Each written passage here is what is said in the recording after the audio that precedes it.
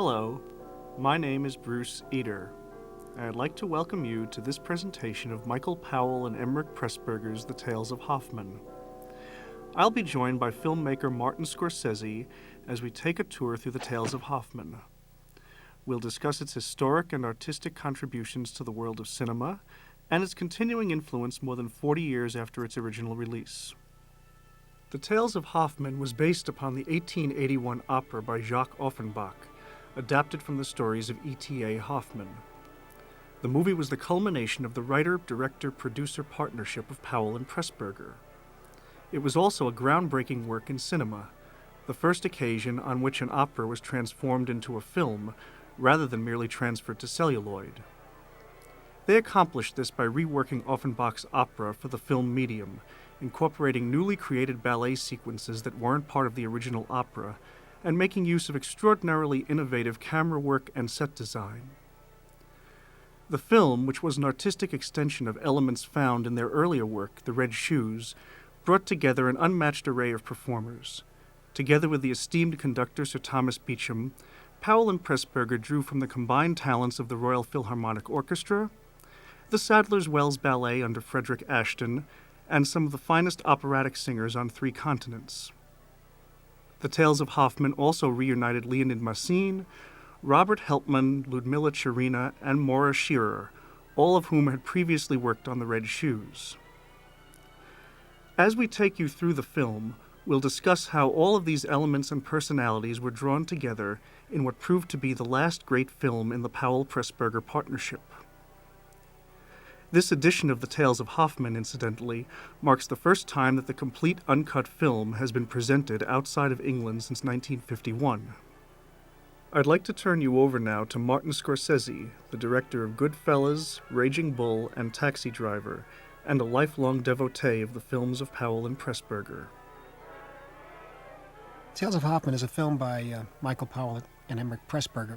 And for me, it's the first of Powell-Pressburger films that I was able to experience repeatedly because my introduction to the film was in the mid to late 50s on television in New York on a program called $1 Million Movie, which showed one film per week, twice a night, and 3 times on Saturday, in black and white, edited in such a way that the film didn't necessarily make much sense, but edited enough to fit in commercials and fit in within a 2-hour time slot.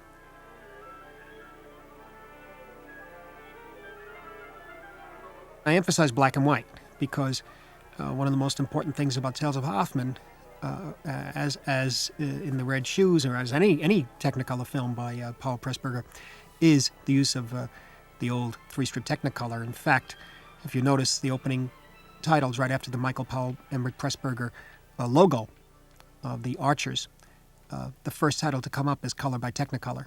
And to show how important Technicolor as a dramatic device is used in their films, the importance it has.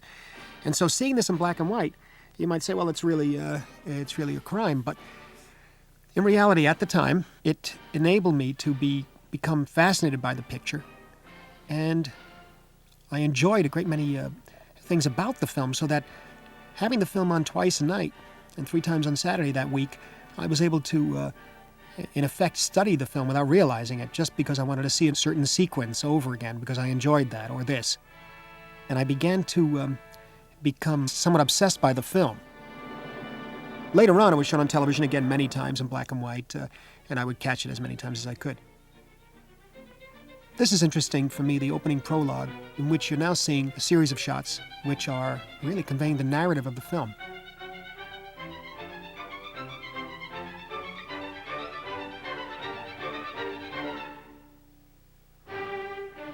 One of the best entrances in movies, Robert Helpman.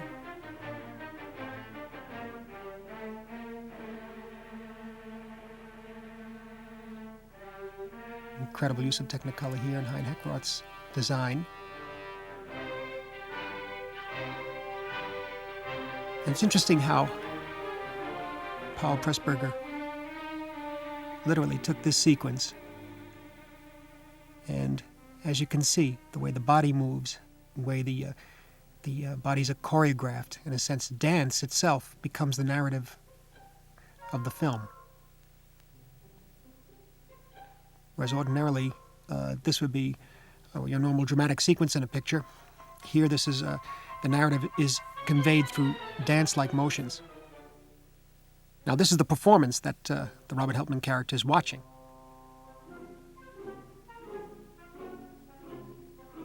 In the performance, the narrative is conveyed more cinematically.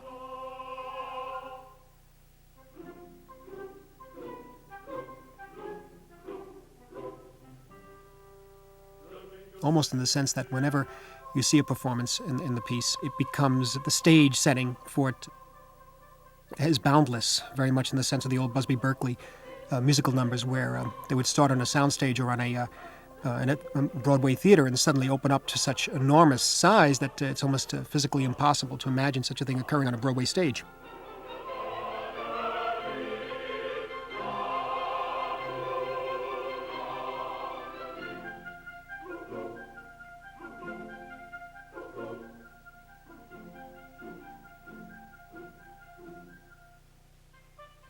But it fascinated me here that the narrative elements are conveyed through choreography of the body. The gesture with the hat, her hand coming in taking the note.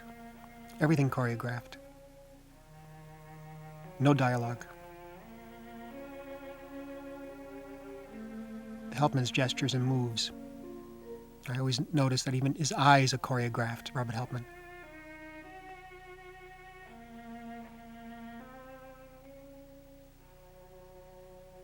The moving from left to right of the bodies and the camera really establishes the dance-like quality of the entire picture.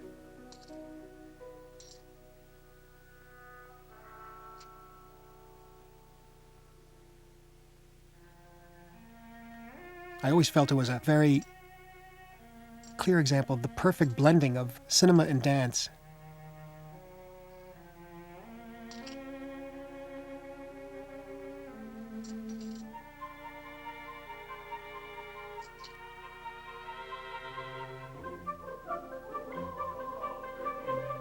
Here's an example of what I meant by the performance itself being conveyed more in cinematic terms.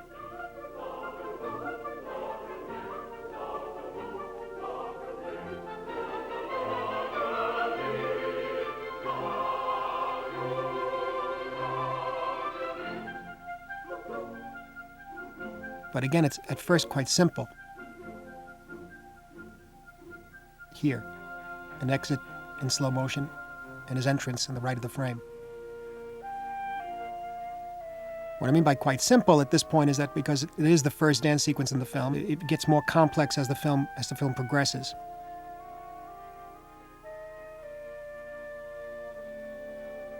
And this being literally the real time of the picture, where Robert Helpman is backstage watching this performance. So this is actually going on in real time in the film. The rest of the film is told in flashback, and the memories take on a cinematic quality of their own.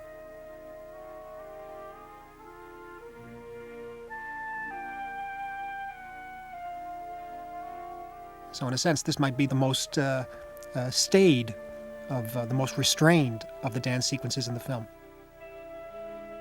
This section of the film, featuring Maura Shearer and Edmund Audran, is known as the Dragonfly Ballet. It is a wholly new addition to the score, composed and arranged by Sir Thomas Beecham, based on Offenbach's original material. Powell and Beecham devised the sequence in order to give Shearer a major showcase early in the film. In essence, Shearer was the raison d'etre for the film. Alexander Korda, for whose London film productions Powell and Pressburger made The Tales of Hoffman, had been desperate to make a movie starring Shearer ever since The Red Shoes. The ballet was, of course, choreographed by Frederick Ashton. As for Edmund Audran, who was dancing with Shearer, Hoffman was to be his only film appearance. He was the husband of Ludmilla Cherina, who plays Giulietta in the second of the tales. During the summer of 1950, soon after finishing their work in The Tales of Hoffman, Audran was in a road accident. He died in Lyon on July 19th at age 32. Interestingly, the Dragonfly Ballet recalls elements of Disney's Fantasia, with its surreal backgrounds and sensuality, motion, and music. The music is driving everything here, an approach to filmmaking that only Disney had attempted in a full-length film, in Fantasia. Of course, we've always talked about In Black Narcissus and Red Shoes and a number of other films of Powell Pressburger, the influence of Walt Disney. Right here, in the Dragonfly ballet sequence, you begin to see that popping up again. In a cut that's coming up especially.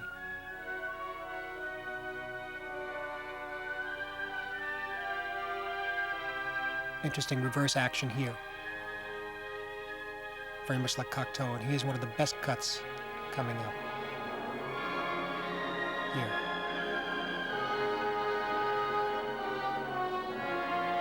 It's so remarkable to me with the Powell Pressburger, especially with Tales of Hoffman. You never know where the camera's going to be next, or what angle, what's going to happen in the next cut, or where the camera's going to pan or tilt to. It's always surprising. Here's a perfect example of the Disney influence on Powell Pressburger. And later in the film, of course, it gets even more intense.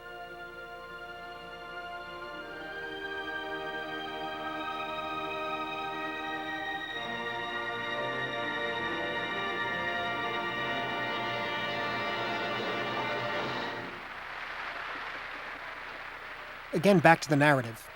The narrative, again, as I say, is done almost as choreography. Dance is narrative. Even the gestures of the people getting up, the woman putting her cloak on, the way Hoffman sits there, and especially Robert Helpman's performance, with his eyes, his eyebrows, the corners of his mouth, everything choreographed.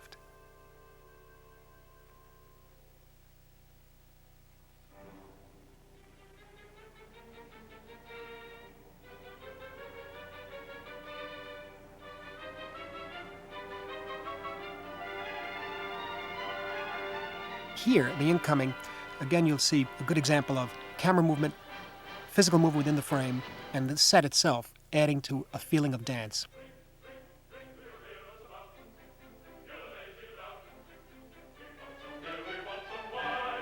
When the music descends, the dancer's descending the stairs, and the image of the stairs in the frame itself, and the camera movement left to right, all add to a sense of dance.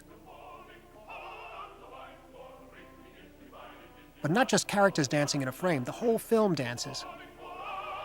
Everything inside the frame itself, and the characters themselves. Just the way Helpman descends the staircase, and his cape. Tilting down, introducing Pamela Brown, and just from the glance in her eyes, you know that there's something evil has descended upon them. Again, narrative, very, very dramatic, as opposed to a musical, a normal musical.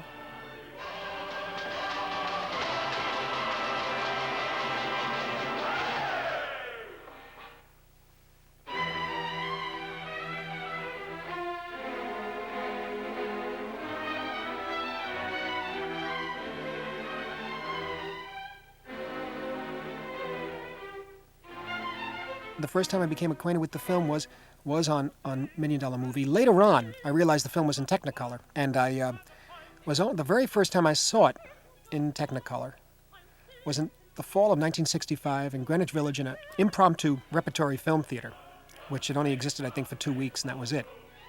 It was closed afterwards. But they were showing films in 16 millimeter, as advertised in the Village Voice, and they were showing Tales of Hoffman in color. The devil take you and Mozart. What makes you so put out? I remember going to see it, and it was the very first time I saw the film in color. It was a 16 millimeter IB print. It was quite beautiful. There was only a group of maybe 20 people in all watching it, and it was unfortunate because by the time it reached the third sequence, the Tale of Antonia, there was a splice, and the entire sequence was cut out. I never forget the audience becoming actually enraged, and outside, people, the manager was besieged, and he kept saying, "I'm sorry, that's the way the distributor sent it to me. I didn't realize." And people were saying the Antonia sequence is the best sequence of them all, and they were really, really upset.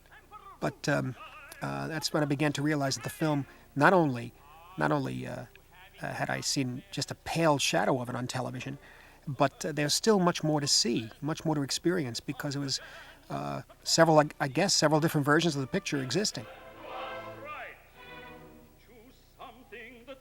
In fact, this is the first time that the complete version, the restoration, the film that was shown in Cannes, will be shown in America. We have to have the one about Kleinsack. Oh yes, come on, we have the song about Kleinsack.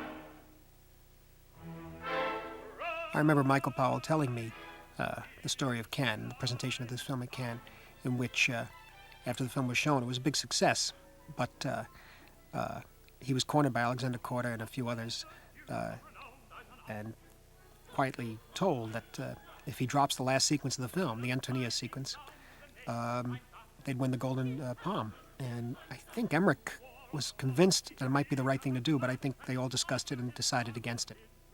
And of course, it didn't win. But it seems that the picture, from its very origin, from the very beginning of its release, has been subject to a series of cuts and alterations and mutilations over a long period of time. I think ultimately what one has to understand watching this film, it's a very special piece of filmmaking, in that over the years, Powell Pressburger were driving at a film that would combine movement, music, acting, drama, all mixed together so that it became what they eventually call a composed film.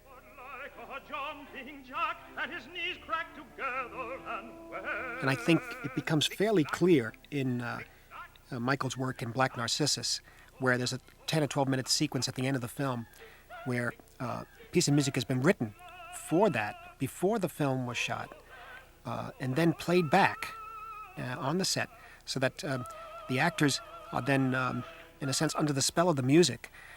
Also the crew, the camera move is almost to a certain rhythm because the music is being played. And so that you wind up with a combination of film and opera in a way.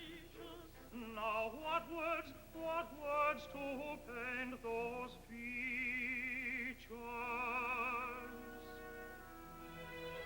He, I think, became influenced by this over the years because of his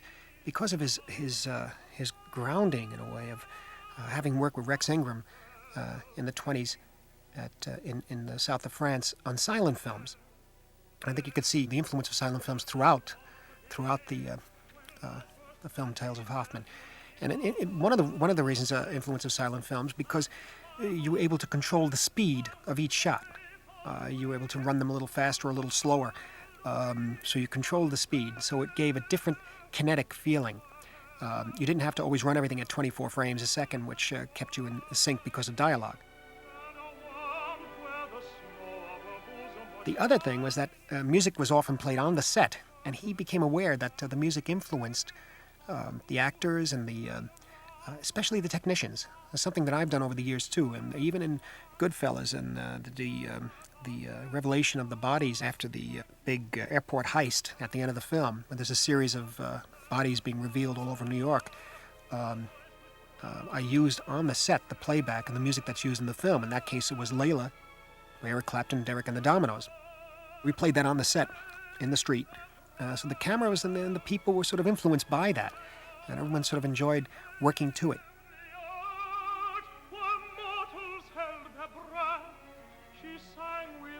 It's not the first time I've done it. I've done it over the years. I didn't know that Michael had done that in Black Narcissus until I got to know Michael.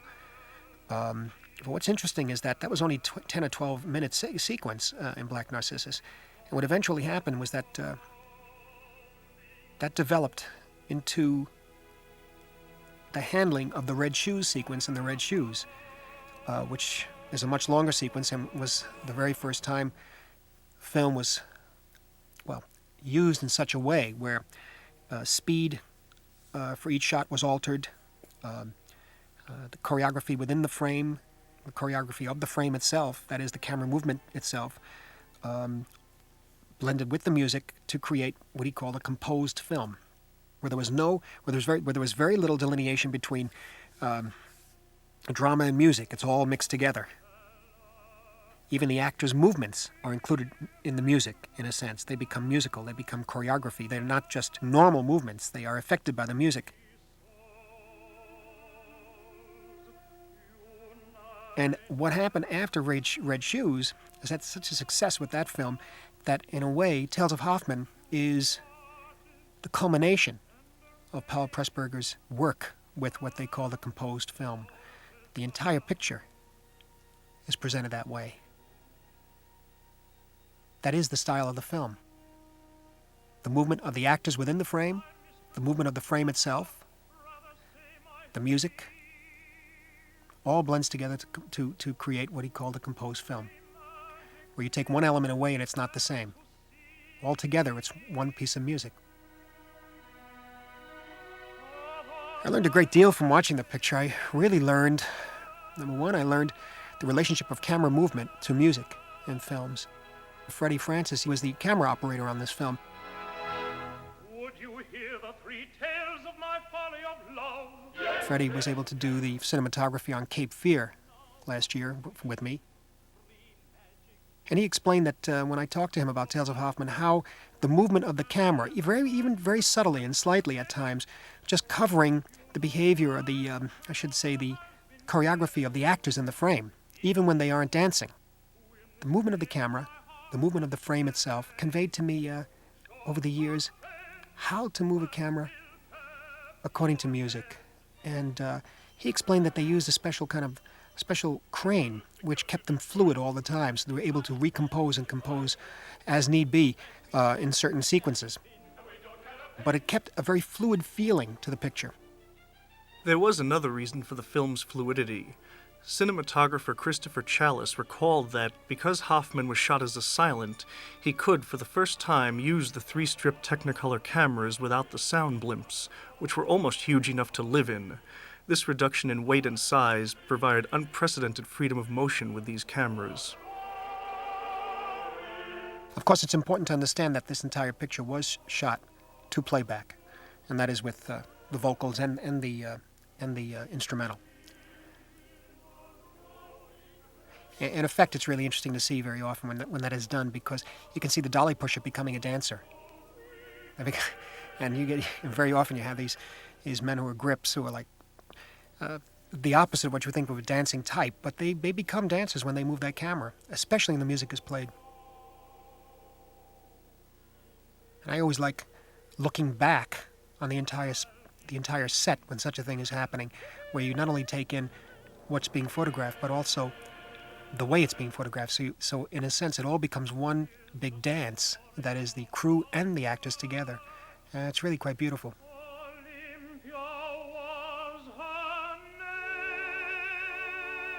Now again, Robert Helpman's eyes and the gesture with his hand. It reminds me very much of the shooting of Bob De Niro in Taxi Driver. The close-ups of his eyes sort of come right out of these close-ups of Robert Helpman. Granted, much more, we hope, more subtle for the type of picture we're trying to make. But the inspiration comes out of that character and the way Robert Helpman has choreographed him. In order to get some of that effect in Taxi Driver, I was able to utilize slight slow motion, in some cases a little more extreme, some cases 48 frames, other cases 36 frames a second.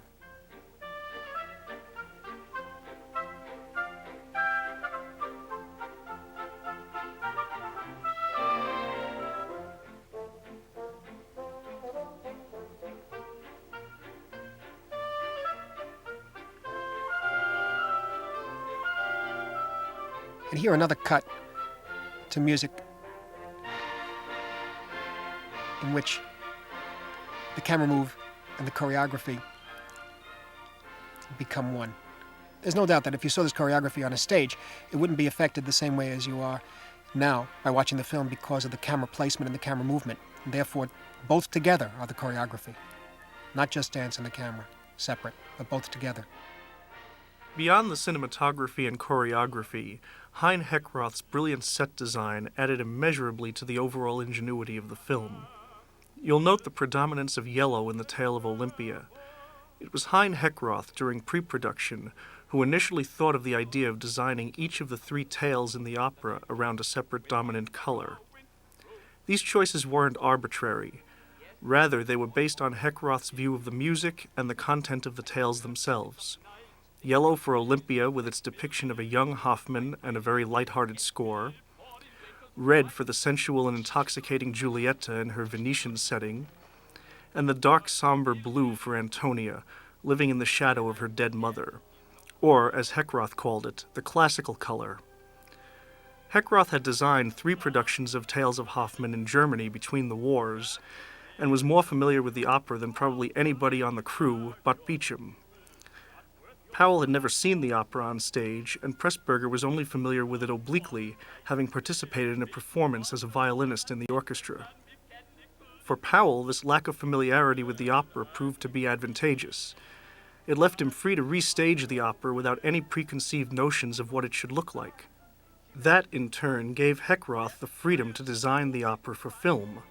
According to author Monk Gibbon, Heckroth didn't draw at all from his earlier stage designs, but let his imagination fly into wholly new directions for the film. Notice how some of the sets look inspired by Miro or Calder. Echoes of surrealist art turn up throughout these sets, and are the kind of details that help make the film so spectacular. Stay here, my boy. I'll return. I think also the popularity of the film over the years, for many people who've been able to catch the film on television or wherever, is it's quite honestly it's a film of fantasy, and at times macabre fantasy too, so that people who ordinarily enjoy that type of film seems to be drawn to this particular picture. I know George Romero, the director of Night of the Living Dead, this is his favorite film. But I can understand, because as you see, as the film develops, especially into the second and third sequence, you begin to see the darker edge of the vision. It is a peculiarity that Hoffman shares with the Red Shoes that both films mix striking sensuality with a dark view of human nature. Both present a tragic view of man's relationship to art. And yet, Powell presented both films as an expression of personal exaltation. During the war, he felt he'd seen millions die for all too many inescapable, worldly, and worthy reasons, and many horrible ones as well. During this period, he concentrated on films that used the war as their background. Once the fighting was over, Powell seized the opportunity with Pressburger to make films that would remind people that they were once again free to die for art or to live for art. In this regard, one can find thematic connections between Hoffman and the Red Shoes, and also with Black Narcissus, A Matter of Life and Death, and A Canterbury Tale.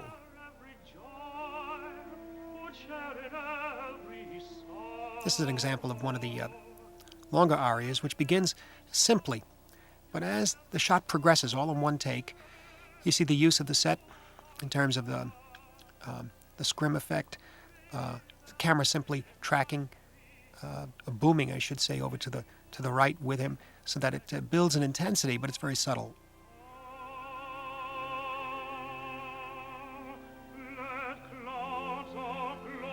And here, as the music builds, the light builds with him.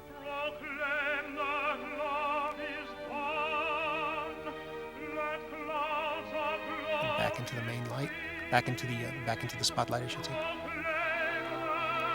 And here for the long note.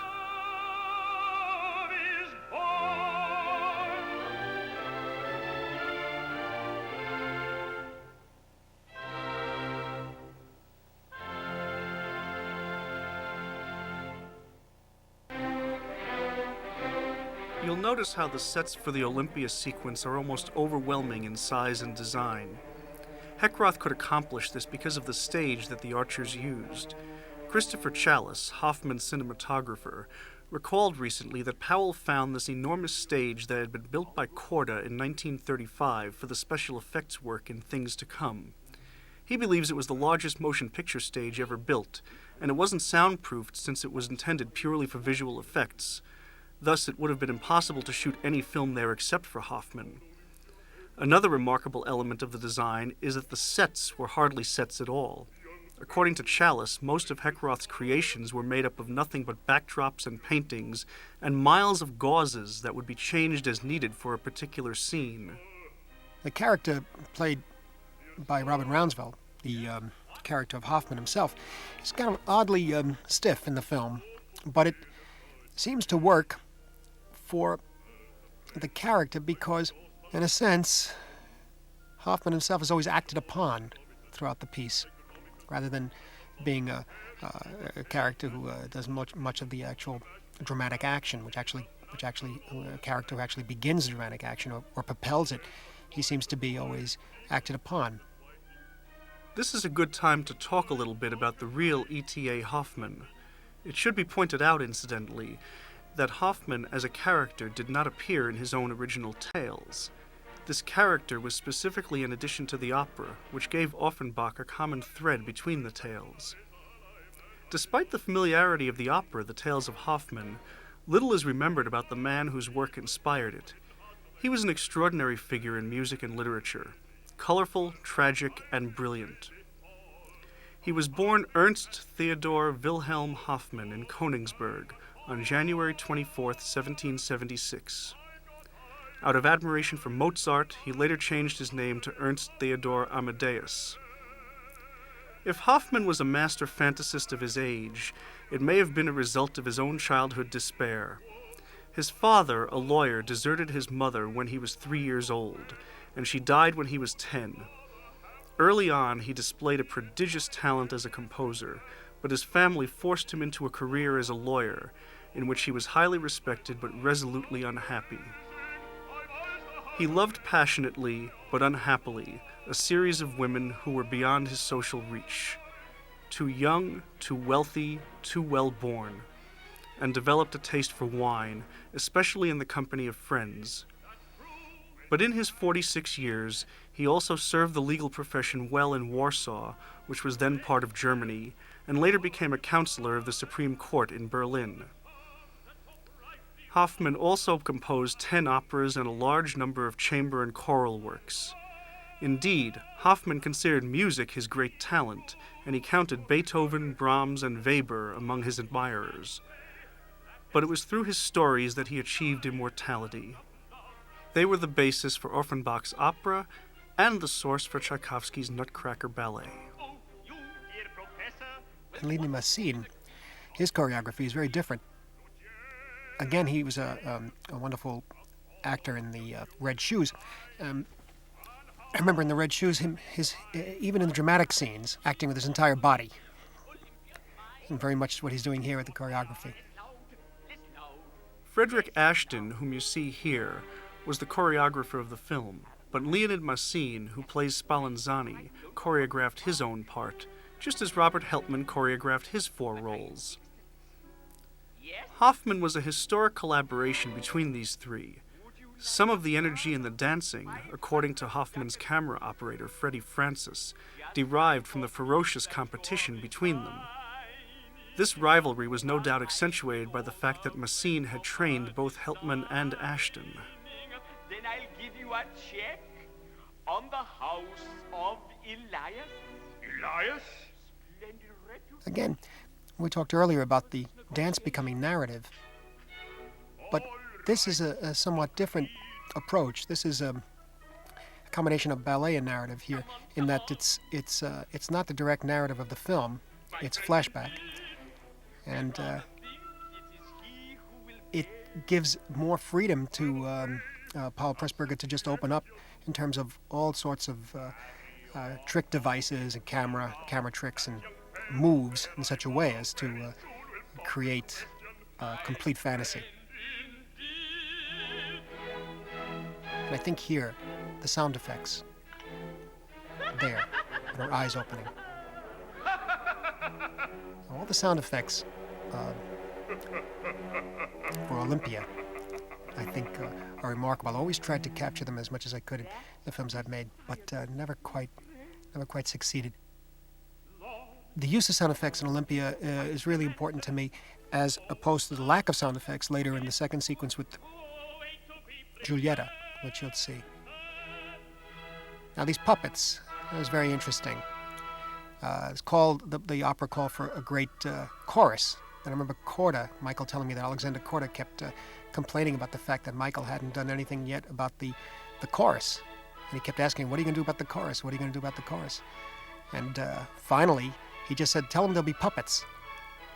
And I believe they shot the puppets, the dancers acting as puppets, of course, after the whole sequence was completed.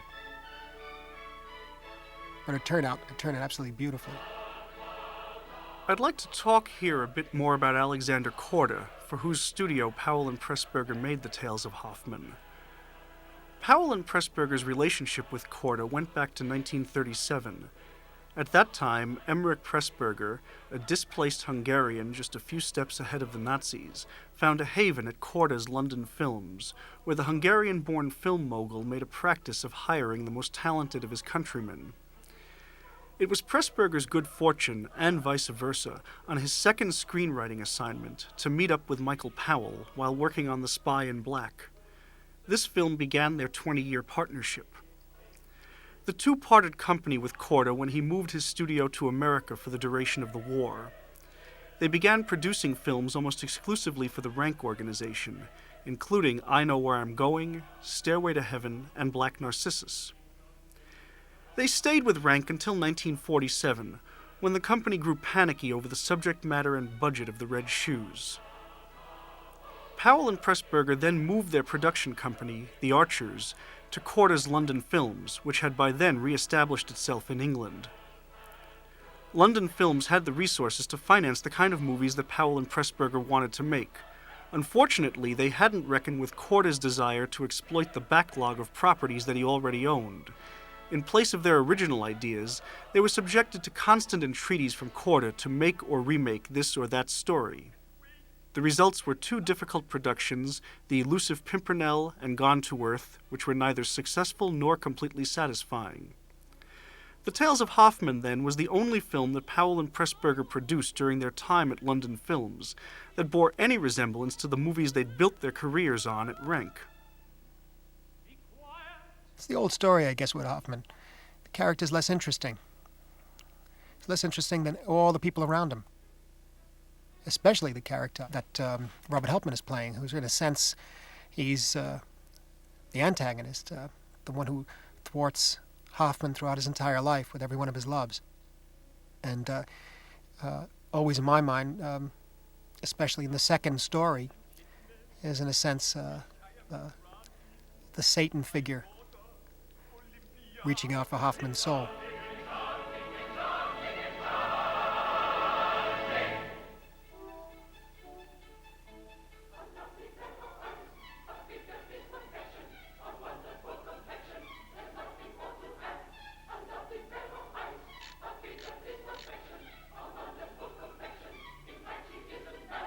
Of course, the incredible makeup in the film is so rich. I can't imagine having watched the film repeatedly in black and white, because every time that I saw it subsequently in the late 60s through the 70s, the big British Film Institute in England, I saw finally in the 70s a 35mm imbibition print. Was always discovering something new in each scene because I was able to see it better, to see what they did with the close-ups of the eyes here and the puppets, or on the lips. Combination of the makeup and how it blended perfectly with Hein Heckroth's design, overall design. Now that looked to me as if it were shot reversed, the way the dancer just jumped right back into the opera box. Sing a song for you all and supporting her voice, high soprano. I play you the guitar or piano or the harp, so make your choice. Again, here you see something where you never expect where people are going to be coming from or who's going to sing the next line in the opera. But it's very difficult for audiences to accept a work where the dialogue is spoken. The dialogue is spoken is actually sung. And it's to this film's credit over the years, seeing it on television, I've seen it play with so many different types of people who would never go to an opera, will watch this one on television and follow it and enjoy it. It's rather remarkable that after a while you accept the disorienting effect of the actual dialogue being sung, because I think you can easily get away with it more if it's sung in a foreign language, in a sense, French, German, or Italian.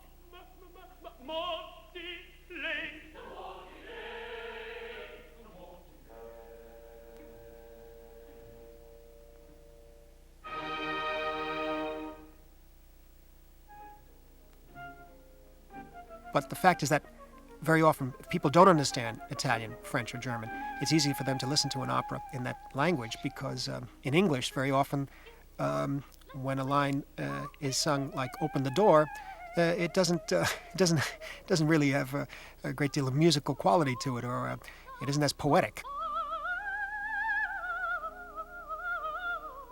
But in this particular film, it seems to work together.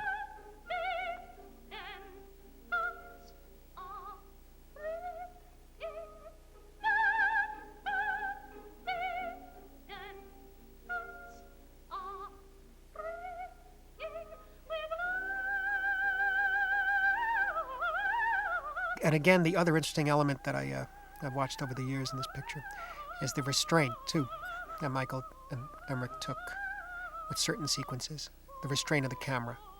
For example, letting Shearer's performance here, or choreography, work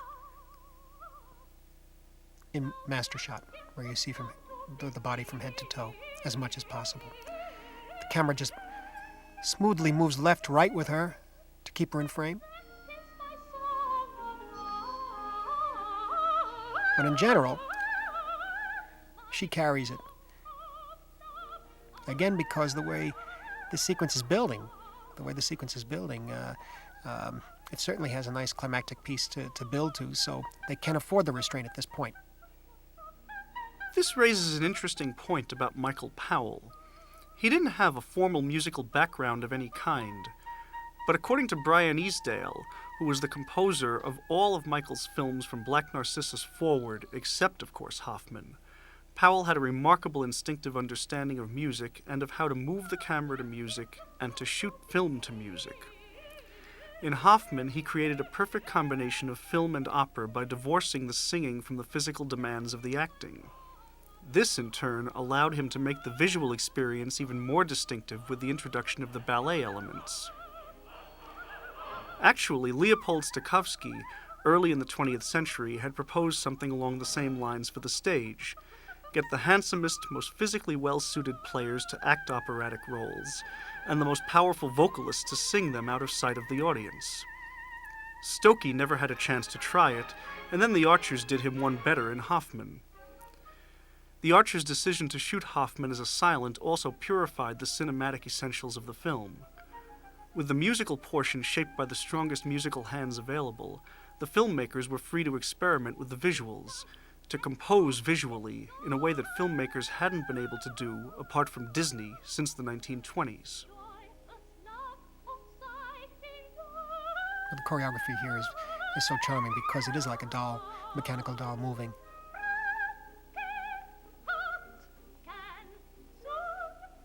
Again, holding in a wide shot. So you can see all the moves that she has at this point.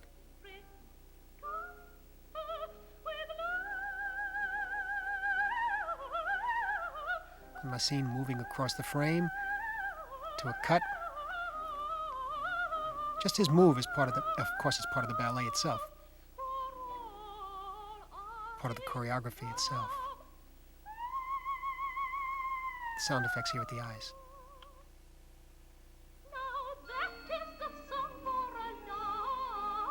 Of course, the story of Olympia is one of the more humorous in the piece. As the film gets on, the other stories tend to be more dramatic, but this has a great deal of humor to it, especially her performance and the choreography that was devised for her.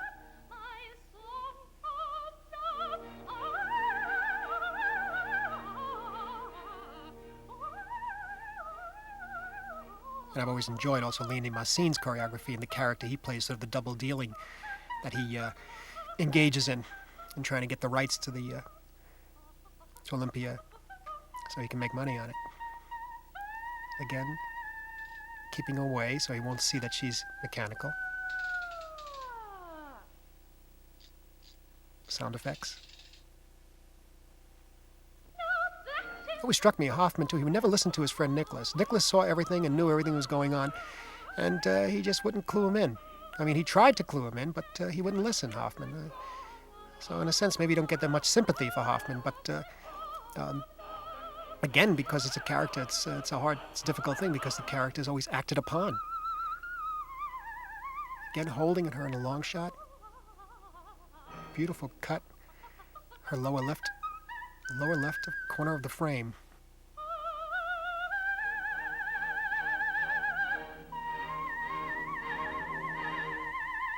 I always found the restraint as she builds to the end of the piece, where she moves, and the camera holds, it doesn't move in, you see the entire body. It's always so refreshing for me to see that. I also loved when he cuts the dolls, applauding the mechanical sound that he puts in there. Those wonderful sound effects. The dolls' exaggerated movements are straight out of the silent era. Of course, in a silent, the mechanical clicking would have been provided by a live orchestra during screenings. For Michael Powell, Hoffman was very much a return to his origins in the silent film. Michael always maintained to me that he was essentially a silent filmmaker. His screencraft had been shaped during the heyday of the silence, between 1925 and 1929, when he started working in pictures. In terms of telling a story, it was easier to create a self-contained, controlled environment for one's art in the silent cinema. One didn't have to acknowledge the mundane ambience of the real world, because this was impossible to do. Nobody expected the silence to be a precise or even a simulated recreation of reality. They were created within their own little corner of artistic experience, within their own expressive and artistic milieu.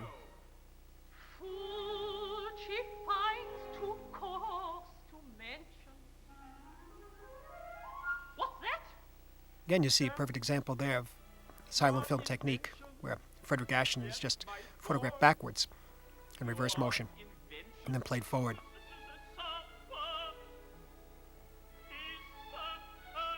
Since the film was shot to playback, he had all the techniques of silent film at his disposal. He could do what he wanted. Speed up the action, slow it down, reverse it, shoot it upside down. Anything, because it all worked musically. And again here, just a simple wide shot, but the choreography carries. The line of the puppets moving into the background, and what happens to them when they get into the next room, that you can see through the curtain. Right here.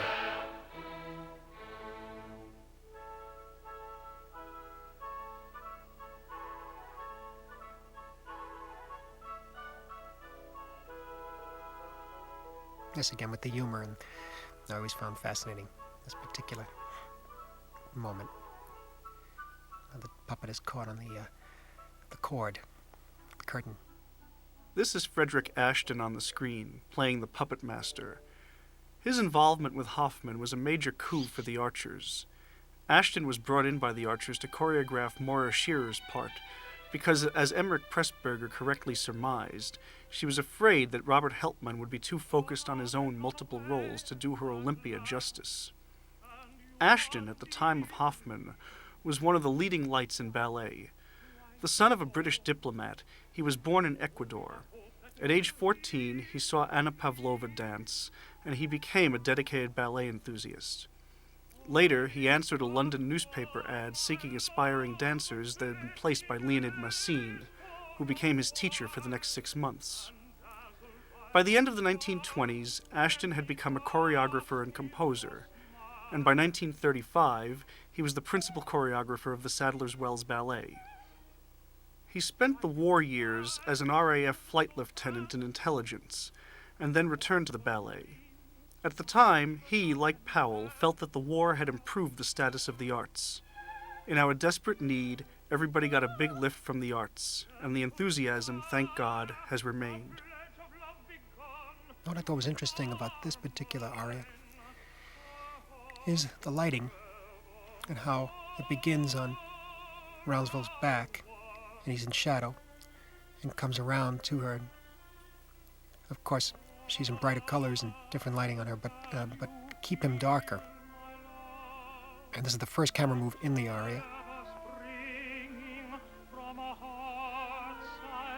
again, something slower, something more restrained, so that it could build to its climactic section of the piece. And again, Roundsville in darkness.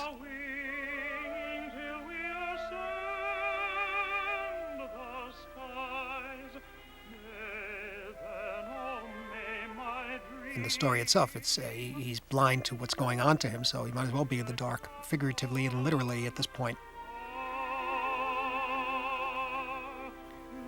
The revealing of the curtains, movement towards music, and as the piece builds,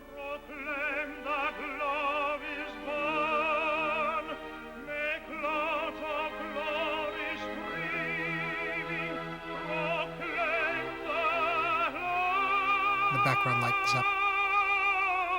And that's the effect he's going for. Very often, there's the first cut. And very often they begin, this sort of thing, you begin with that effect first and work backwards, so that you build to it. And that is in the planning.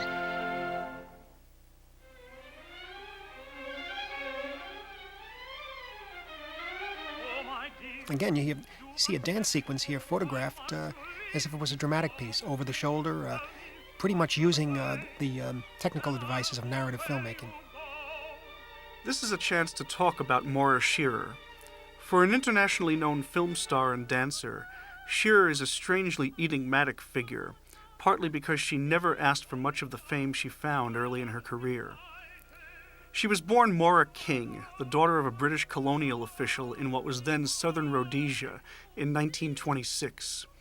The family was a musical one, and Shearer, who subsequently took her mother's maiden name as her professional name, was dancing from the age of 6. She studied at the Sadler's Wells School in London until it was blitzed out during the war. She made her debut as a solo dancer in the fall of 1942 in Les Sylphides. At the war's end, Shearer was the number 2 ballerina at Sadler's Wells after Margot Fontaine, and looked forward to a gradual advancement in her career. Then Michael Powell, who had spotted her at a recital, approached her with the script for The Red Shoes.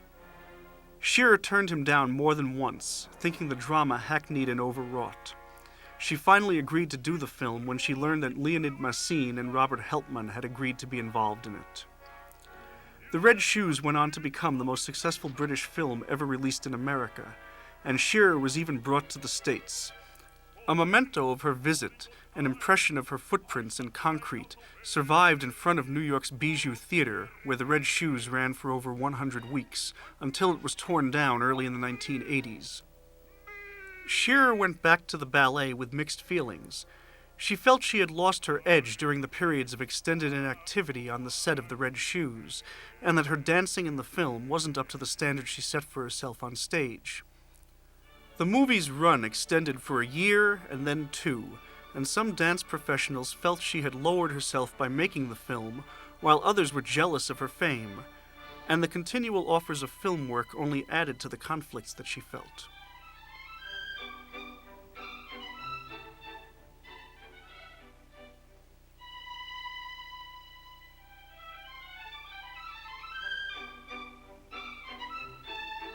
Here, as she turns.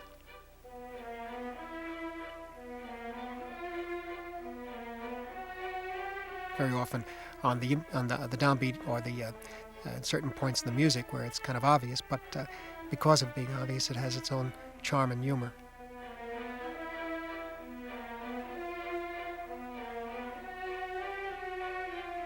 It was also a good way for them to get between the master shots too, so as usual.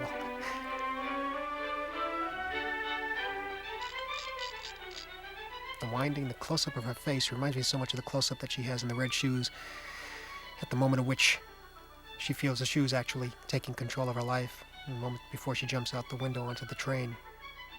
You know, Shearer was never that pleased over the screen image from The Red Shoes of her character dancing to her death.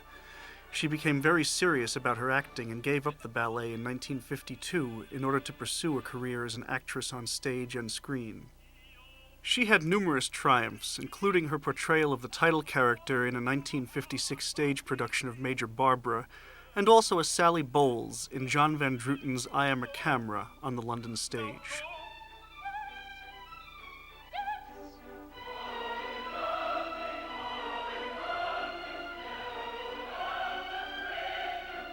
This is the staircase, which is actually just a carpet. Here, the dolls are placed on a sort of carousel, and the carousel moves left to right. The characters dance in the center, and the actual dolls themselves, each group, each couple, I should say, turns in a different way. So you have constant revolving within the frame. Olympia, no! Someone detain her, someone! This is the final sequence. This is one of the more extraordinary pieces. Dancing down the steps. I still can't quite tell. I think, yes, that's a carpet. It has to be. Those are not real steps. And here, the Massine moves down the steps. Massine's run down the stairs takes us to the climax of the piece. Maura Scherer is about to run amok, which must recall, thematically and emotionally, the finale of The Red Shoes, both as a ballet and a movie. It is implied that she's dismembered at the end of the latter film, and Olympia's tale in Hoffman carries it one step further visually, as her character is literally pulled apart. But of course, her leg keeps dancing. It seems like Scherer was always dancing and dying in Michael's movies. In addition to the similarities that the entire film has to The Red Shoes, the tale of Olympia in front of us also bears some thematic parallels with, of all things, Metropolis. The use of the doll as a romantic deception, some of the decor, especially those Calder-like mobiles which, in black and white, could have fit nicely into the decor of Caligari, all echo with the resonances of Fritz Lang and other German filmmakers of the 1920s. Powell was influenced by German Expressionism from early in his career, and felt that it shaped much of his work. Certainly it is evident in 49th Parallel and The Small Back Room as well. And Emmerich Pressburger had actually worked at Germany's UFA studios during the heyday of German Expressionism. The Olympia story is completely surreal in its setting and decor, and in the balletic movement, coupled with the intensity of the operatic miming. Everyone here is miming, naturally. Powell seemed to guess intuitively, and quite correctly, that film and opera, and especially silent film and opera, converged in their larger-than-life emoting. It would have been impossible to do this movie with a realistic framing story or drama. The illusion would have been broken. But once viewers adjust to the intensity of the performances in Hoffman, which generally takes one full viewing, they get drawn into the layer upon layer of illusion, and the result is a willing suspension of disbelief.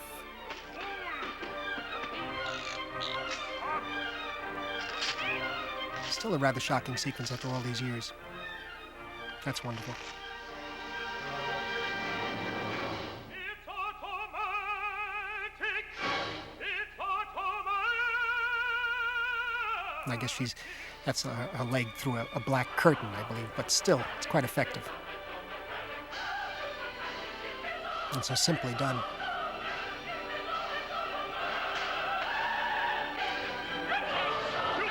It's also quite funny, fighting over the head here, but it's, my favorite is this.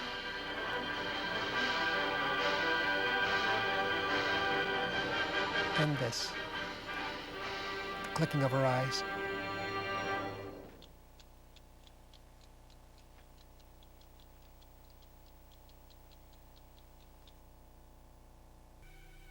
And the springs that pop out of her head become the reflections in the water in Venice. And now we have the tale of Giulietta. The predominant colors are red. And here he gets more specific, of course, with the Hauptmann character now playing another figure, but still the same sort of demonic presence seeking Hoffman's soul.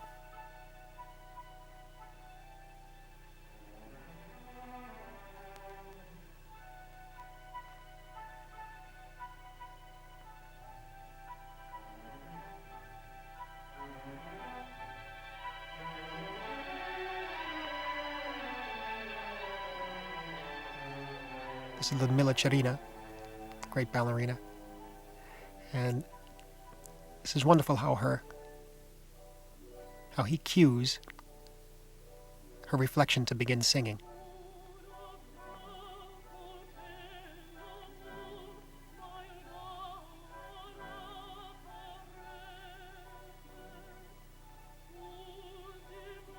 There's a scene where a woman's face is reflected in the water in The Edge of the World, the film that is recently restored, that Michael directed in the late 30s.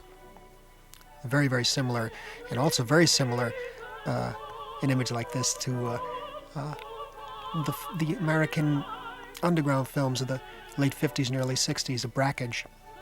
I always remember how those techniques were somehow used by Michael and Emmerich in these films. Of course, for different purpose, but still quite beautiful.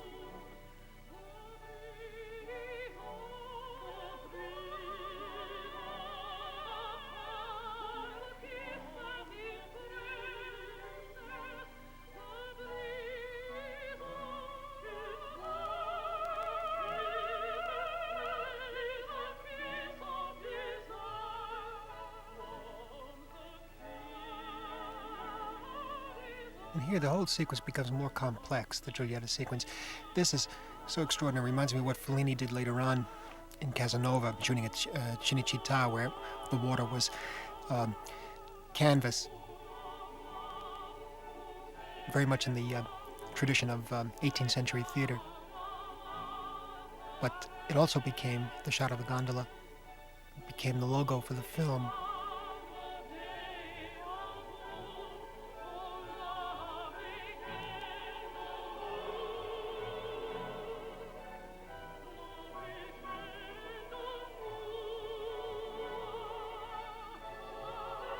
And here it's so fascinating to me because it's her moves, very, very subtle, and the movement of the boat going from left to right.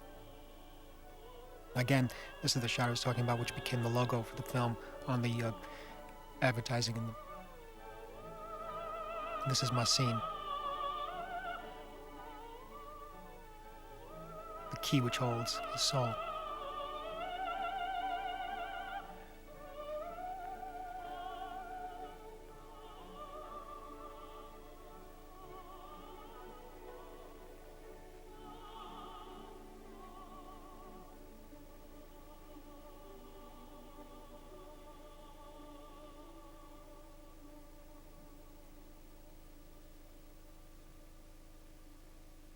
Simple dissolve. It was a simple dissolve that he did, but it's so evocative as Hoffman went into a spin and became one of the poles used for the gondolas. A love like that, I swear, can never fire me. Enraptured by her charms, for love of whom we die, in our bliss, what need to sigh? Here, this particular sequence, this semi-sort of orgy sequence here in Venice, is one of the things that, as I've seen on a big screen a number of times on television, it's rather hard to see all the detail. But I must say that as many times as I've seen the film, I can't quite grasp everything that's in the frame in this sequence. There's always something that I find new.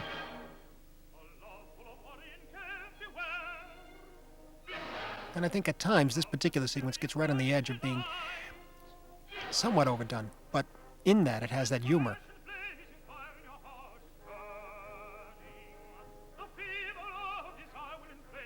I mean, if it is going to be overdone, they do it with a vengeance almost.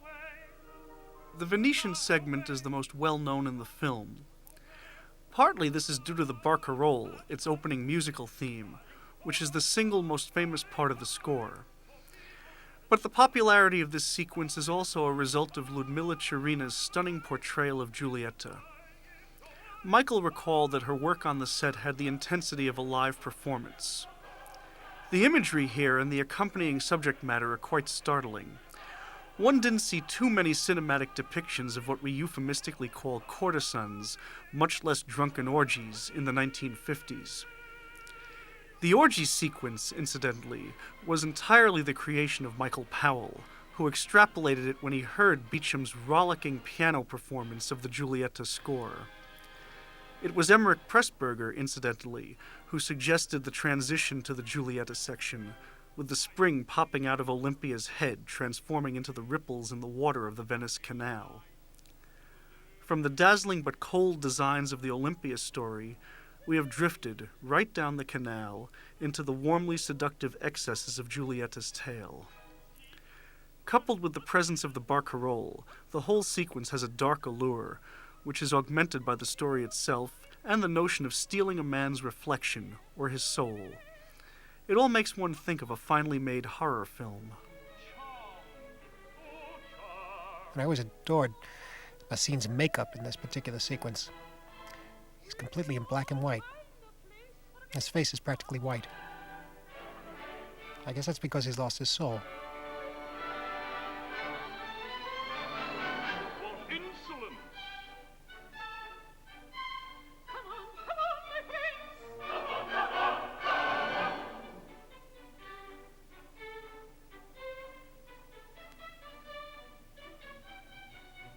A word.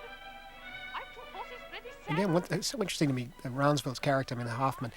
Again, his assistant, his warder, his assistant, whatever that is Nicholas, knows more what's happening than he does. He's never aware of it.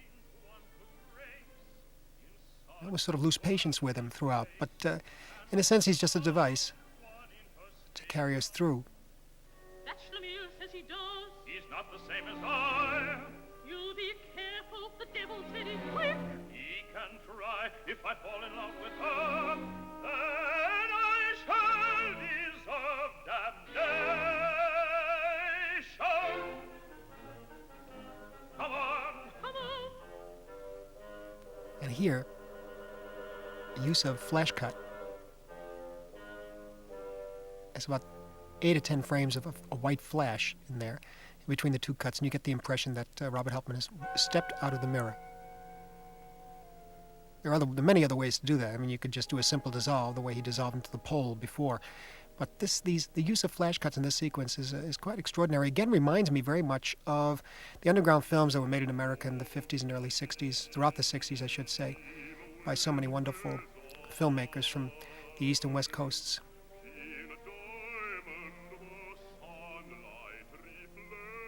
A jump cut.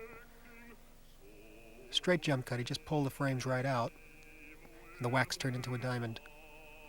It's very bold to do that, because today they wouldn't do a thing like that. Today they say, oh, you can see the jump. Of course, there are other techniques that we have that are much more refined, but still this has a certain power because of the music, I think. And here, too, jump. Total jump cut.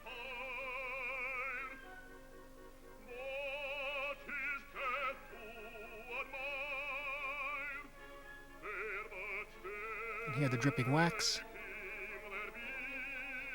becomes emerald. The dripping wax becomes an emerald.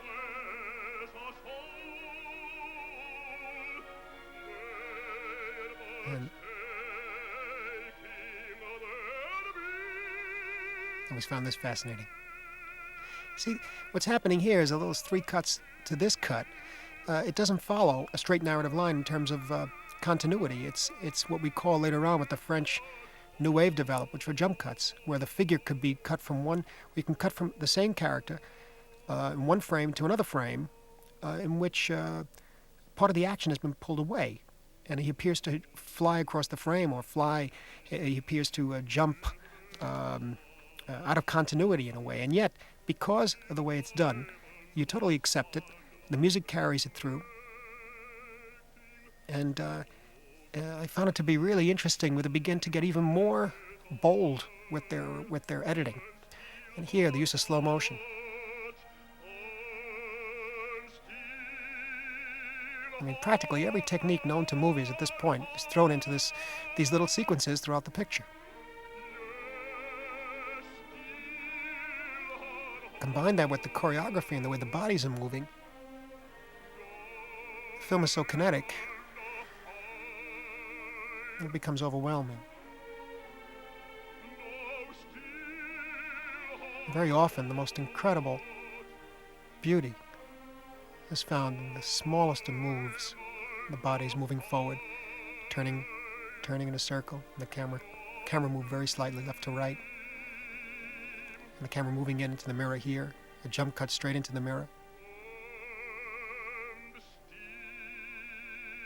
And her move here when she grabs the necklace.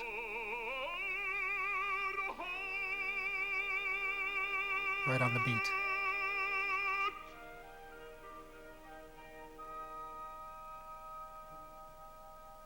and they rest. And the way their bodies come to rest, it's almost as if they're in slow motion. Now we're coming up on details that were worked out during the pre-production meetings when Powell first encountered the tale of Giulietta. It struck him that the score contained undertones of what he called black magic, and that Helpmann's character was not just a villain, but a magician. From that, he visualized the entire Venetian palace, which he associated with European fantasy films of the silent era. He also envisioned the wax becoming jewels, which he realized cinematically as flash cuts, magically, as it were.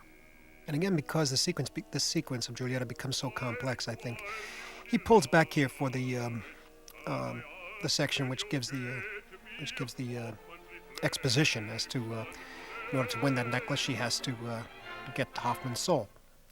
But it's done again as if the recitative or the music is dialogue, followed in a very, very simple dramatic narratives technique. Again, the flash cuts, the same flash that he used when Helpmann stepped from the mirror and changed the necklace from diamonds to wax.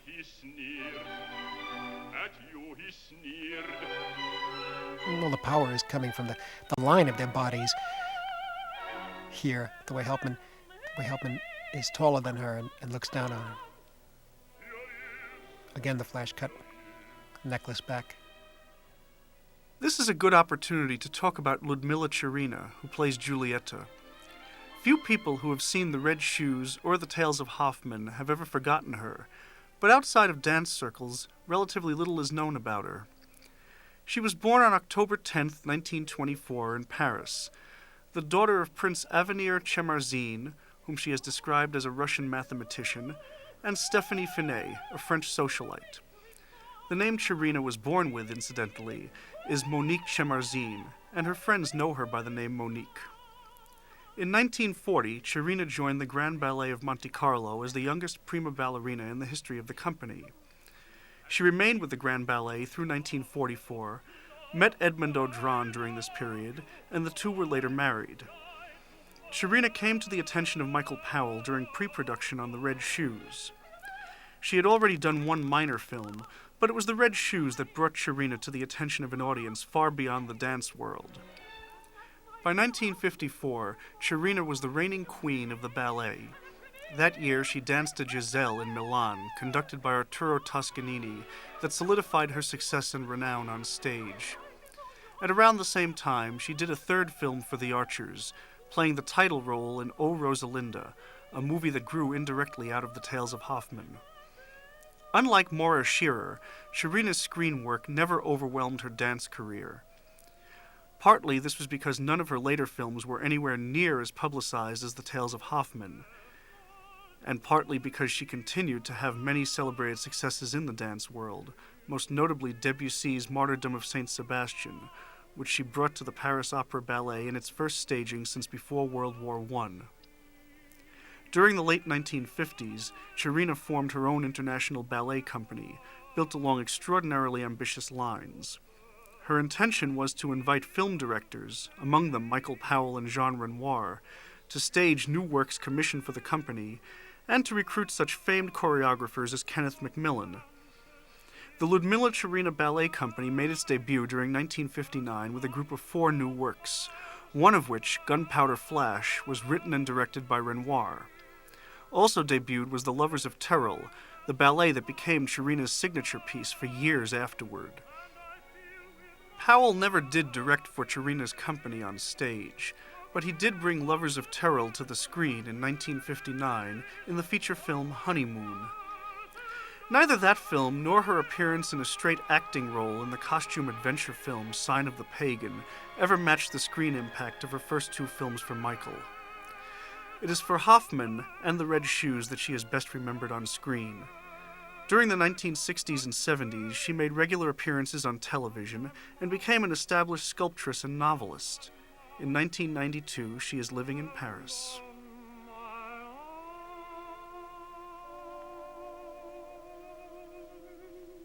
I always found her completely fascinating in this sequence because she moves with such control And she plays all the drama on her face. It's quite beautiful.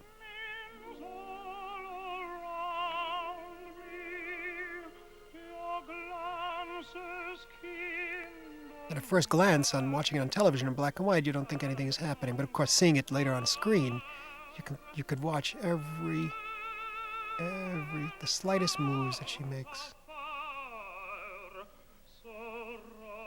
And see the ultimate control she has.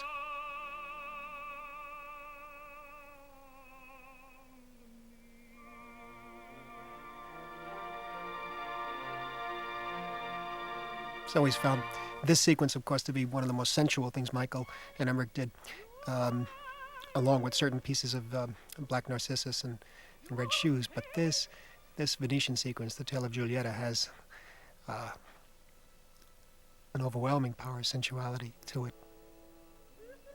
just in these close-ups alone.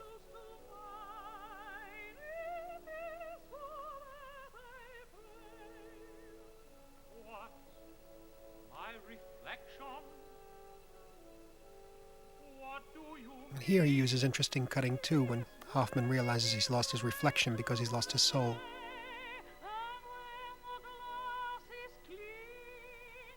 The camera stalks him as he moves back. The camera moves back with her.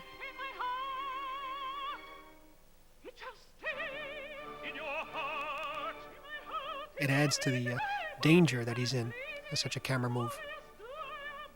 Speaking of cutting, I'd like to take this opportunity, while Hoffman is struggling for the possession of his soul, to talk a bit about the way in which the movie was shot and assembled. But first, I want to explain how this wonderful mirror effect, in which Hoffman's reflection literally disappears, was carried out. According to Chris Chalice, the mirror was actually shot as a split screen. The performers, Chirina and Robert Rounsville, did their parts on one half of the screen, and then recreated their moves from a different angle in another shot that was used for the other half of the screen. For Chirina, whose movements were choreographed to the music, matching her moves in two different shots was a relatively simple matter. And Hoffman's soul disappears. Getting back to the editing and assembly of the film, it is true that Hoffman was shot to playback. That is, the action was devised and directed to the finished music track recorded by Beecham. Christopher Chalice, however, is quick to point out that the finished film was not locked to the playback. The playback was the guide, but the film, once shot, became the basis for the final shape and assembly of the music. During shooting, it sometimes proved difficult for the dancers to mime the singing. Even the act of moving one's lips voicelessly could throw a dancer's timing and breathing off. Maura Shearer complained of being unable to dance and pretend to sing at the same time. Reginald Mills, the editor, spent hundreds of hours assembling the completed film in a fascinating and demanding process. He would run parallel strips of film, of the cast dancing and miming to the music, and match them to the music track. Mills can take more of the credit for the artistic texture of Hoffman in its final form than an editor normally might with most movies, where synchronization is a precise mechanical process. The music had been recorded at Shepperton Studios and, as was the practice at the time, laid down on 35mm film. This made it easy to reference in the pre-digital era, since film frames all had numbers. Mills would watch and listen as the two related film strips unspooled, and then either edit the action, where it ended up running longer than the musical passage it was keyed to, a rare occurrence, or, as was more often the case, edit the audio portion to fit a shot of one of the performers that ended too early. The process required painstaking work in shots that sometimes ran to hundreds of feet at a time. Hoffman was shaped in its final details by the precision of Mills' eyes, ear, and hand.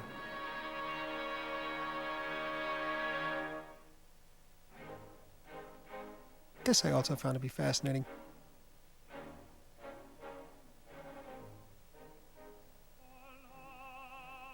Actually, I learned a great deal from this sequence, this little sequence here, where it starts off fairly simple. I learned, I should say, from this very much of interpretation through the lens of movement in the frame. And that is, the character starts off full wide here as the song begins, as the aria begins, I should say. And as it builds, the shot becomes somewhat more complex, but the movement within the frame becomes more complex too. And here, as Hauptmann enters, and his voice is heard, and he begins to circle around him. But I learned a great deal about the restraint here that Michael used, in that the movement of the actor of Hauptmann around Brownsville really doesn't need, at this point, extra movement with the camera.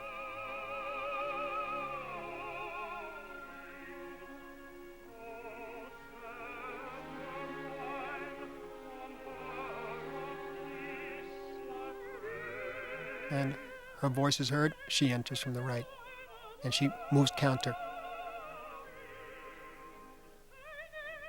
She moves counter to Hauptmann's movement.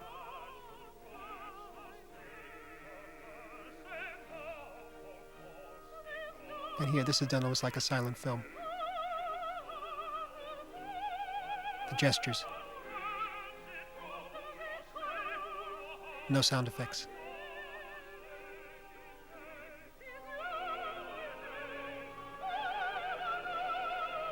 And here, towards the camera, his move as the music builds,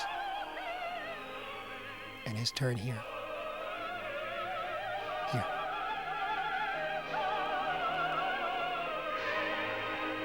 And Nicholas in despair, and he turned here.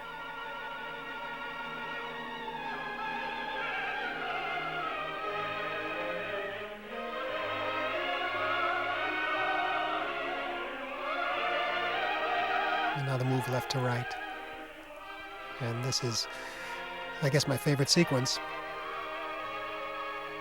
as they float down the canal and prepare for the duel.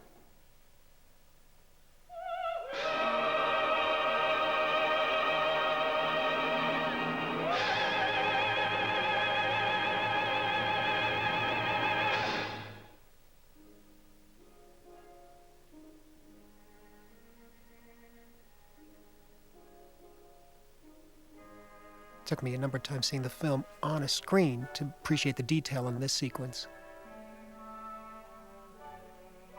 This, for example, the bodies of the men that she's walking over, and the detail on her toes. Do you hear, my friends?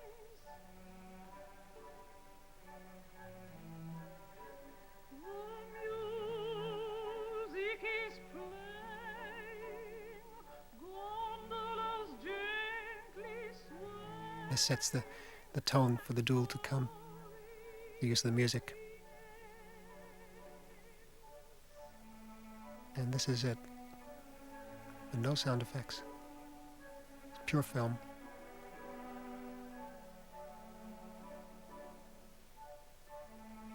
Cut. To that cut, this cut, this cut, that cut. And there. And now notice. Slowly pivots.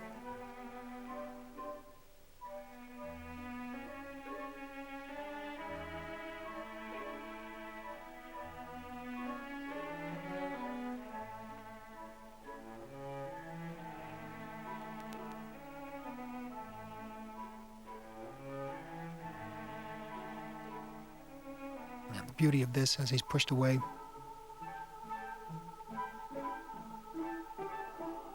slowly goes out of focus. Focus back onto Hauptmann. He reappears. That sequence was always my favorite. And Hauptmann's face at that point, especially in those quick cuts, is the type of thing that I tried to emulate in Taxi Driver. I mean, actually, there's no way you can say directly, but it gave me the inspiration to play around with close-ups in that film. And most of the films after that, too. And these cuts always found fascinating too. Again, direct jump cuts, that is, drop continuity of the action in the frame. Pieces of continuity just dropped out. This. And this.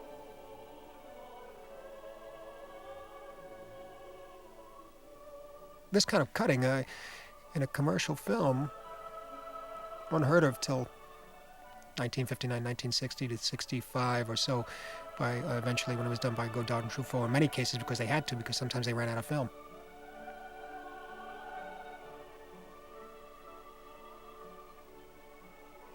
But again, as I say here, in a picture like this, the dance carries it, so you could do jump cuts like that, as long as it blends with the music.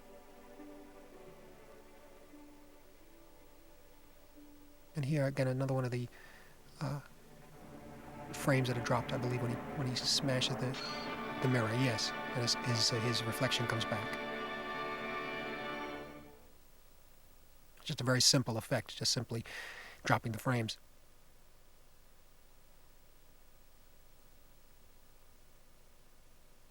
As we leave Giulietta's Venetian decadence, I should say a few words about the alterations that were made to The Tale of Antonia, which is coming up.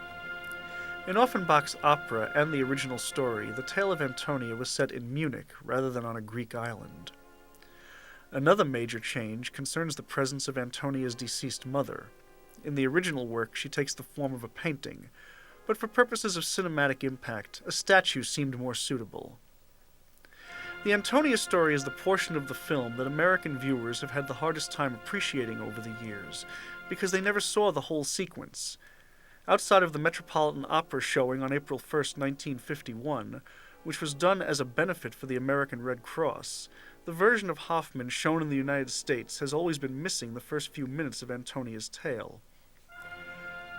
Korda felt the Antonia story was too slow. At Cannes, he wanted it dropped entirely, and for U.S. distribution, he succeeded in chopping out the entire development part of the piece, which is coming up. Cutting Hoffman was a peculiar decision when you think about it. For the movie to succeed at all, it needed to reach the opera and ballet audience. Yet these were the very people who were offended by the cuts. I mean, it's not as though shortening the film was going to attract John Wayne's audience into theaters for it.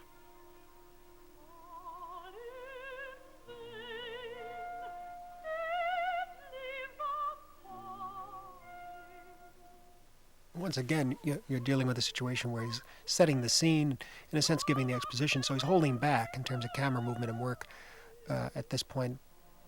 It's obviously the only way you can proceed with this kind of material.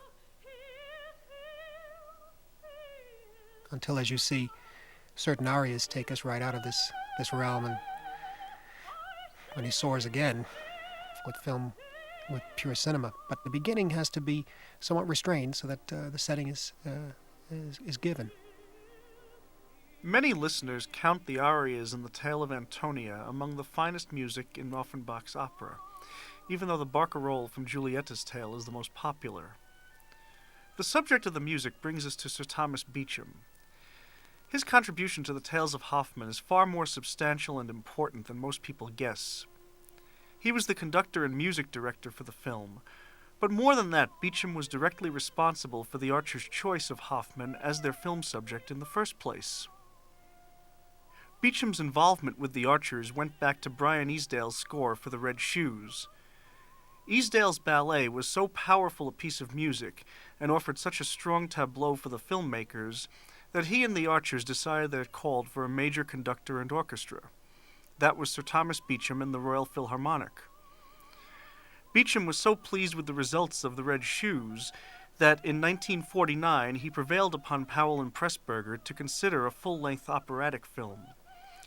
At a meeting after the release of Gone to Earth in September of 1949, he proposed that the Archers do a film based on either Carmen or La Boheme, but Powell resisted, feeling that either of these would probably come out like conventional filmed operas.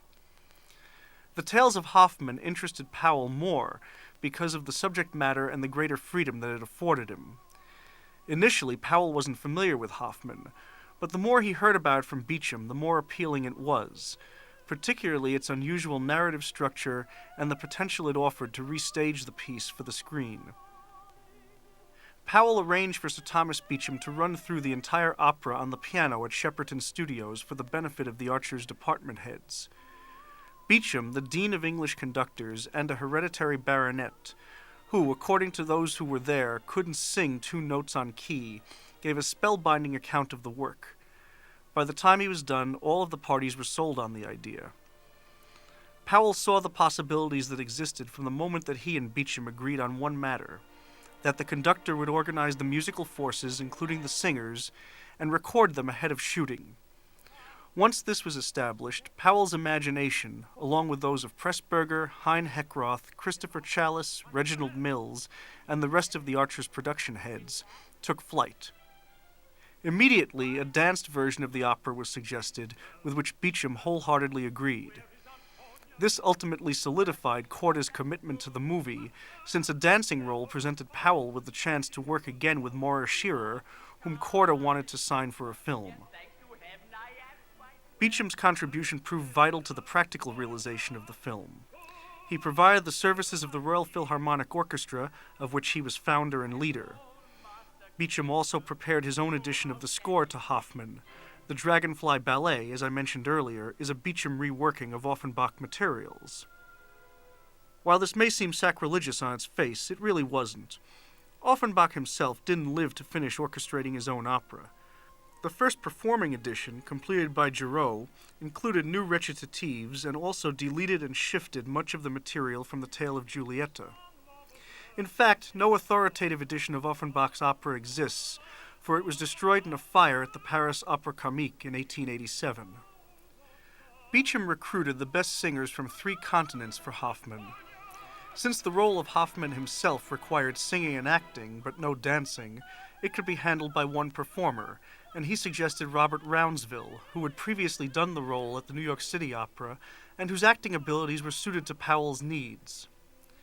Powell found his acting to be wooden in the love scenes, but this was acceptable as the role of Hoffman is such a passive one.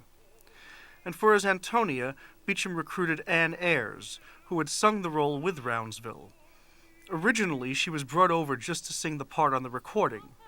When it was discovered that she could act, she had been a successful actress at MGM during the war, she was recruited for the on-screen role as well. Of the others, Bruce Darvagel, who sang all of the parts played by Robert Helpman, was a Welsh baritone. Owen Brannigan, who did the singing for Schlemiel in Act 2 and Crespel in Act 3, was from Ireland. Murray Dickey, who sang Cochineal, was English. He recorded a fair amount as a soloist and is perhaps best remembered today for his magnificent performance of Gustav Mahler's Das Lied von der Erde. Monica Sinclair, who sang Niklaus, was a Covent Garden veteran, famed for her Wagnerian portrayals. And Margherita Grandi, who sang Giulietta, was of Italian descent by way of Australia. For a translation, Beecham and the Archers turned to Dennis Arundel, an author, scholar, and actor, who can be seen as the cafe orchestra leader in The Life and Death of Colonel Blimp. Arundel literally translated the text on the fly, and pages of English text were being delivered to the rehearsal and recording sessions, literally 1 and 2 at a time. Do I love you because of music because of you, for you would never fear to hear me singing as my father. One can understand why, at the time, for commercial possibilities, they were a little concerned about this sequence, in that after the incredible richness of the Giulietta sequence in Venice, the Antonia story is more austere, because it actually deals with more somber tones. The whole piece is very, very austere and very pared down compared to the previous two sequences and the introduction to the piece.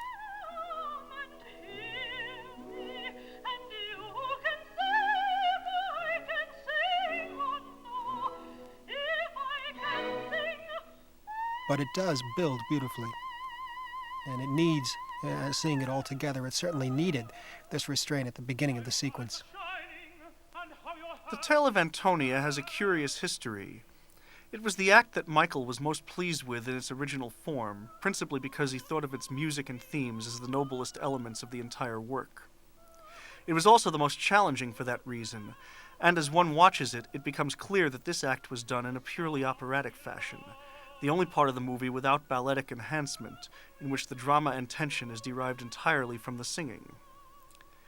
Incidentally, Everything that we're seeing of the tale of Antonia is new to most American viewers, because this is still the section of the film that was cut for the movie's US run.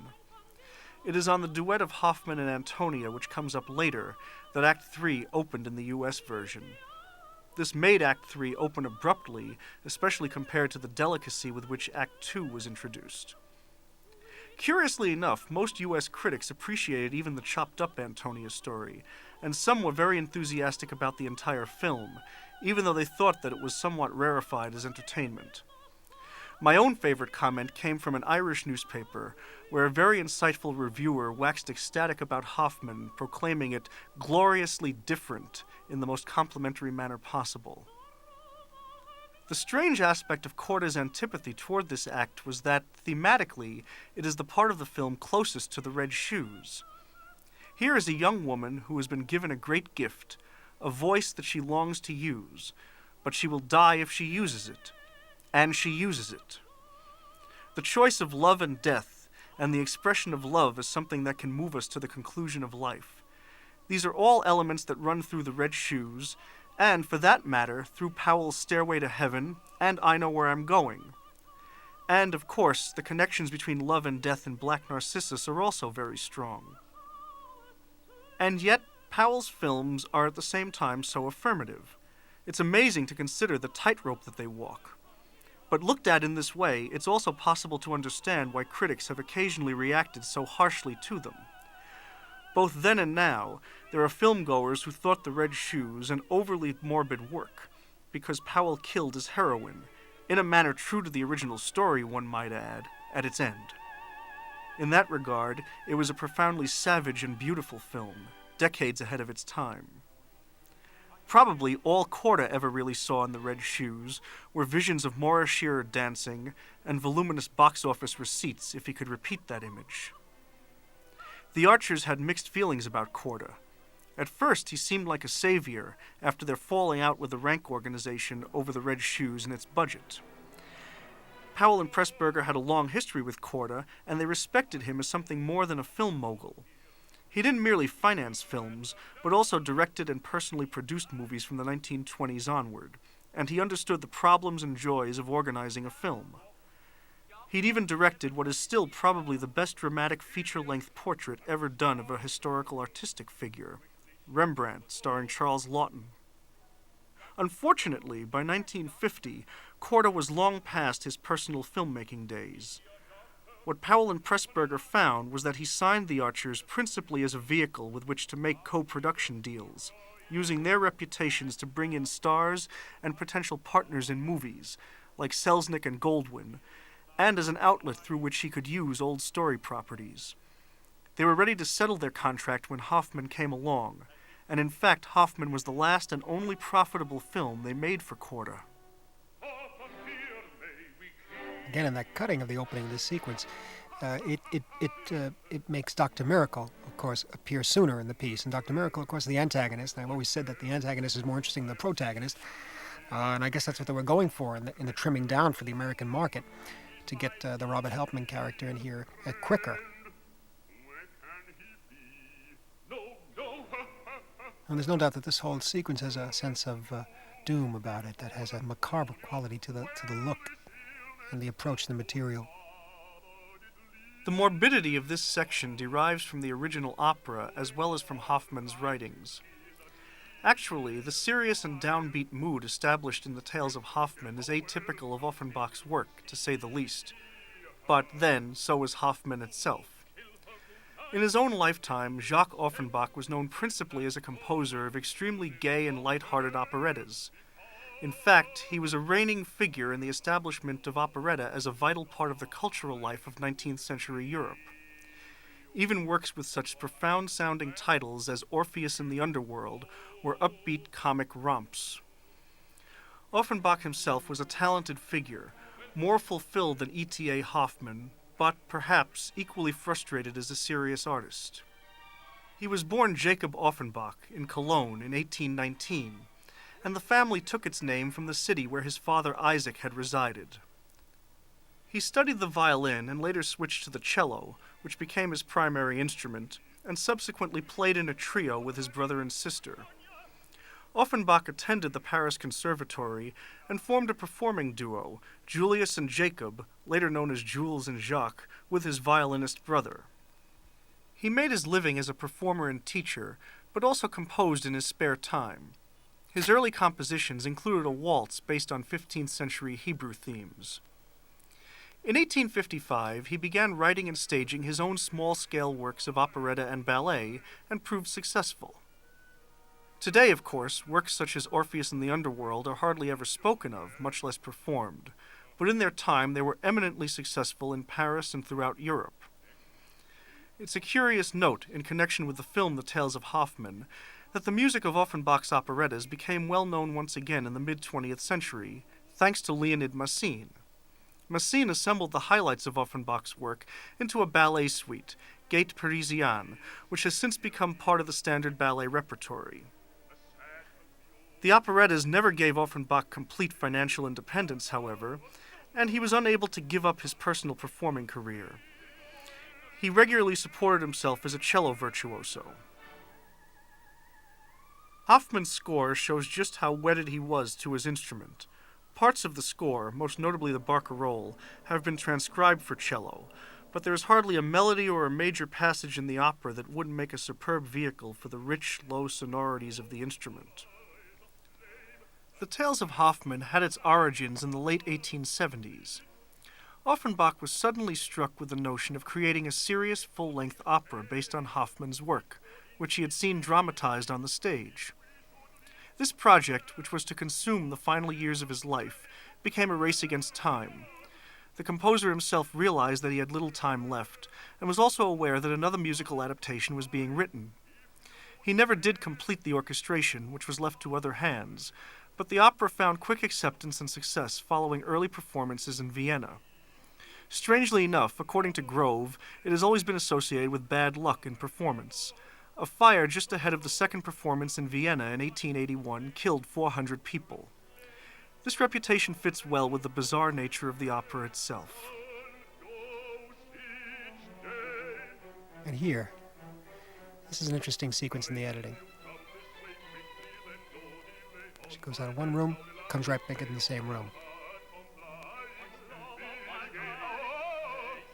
It's a fascinating idea. She does it again.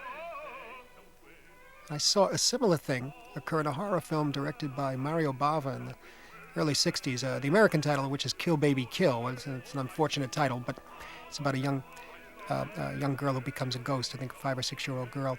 And the figure of the ghost is a little girl in the piece, and she kills a number of people. And the little girl as the devil is used later on in a similar way by Federico Fellini in a film called Spirits of the Dead.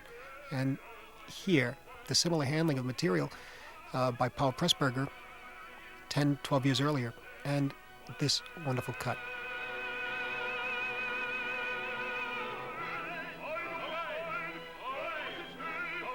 And that also, and in a funny way, as I was saying, that the restraint of the piece up to this point makes those things so much more effective.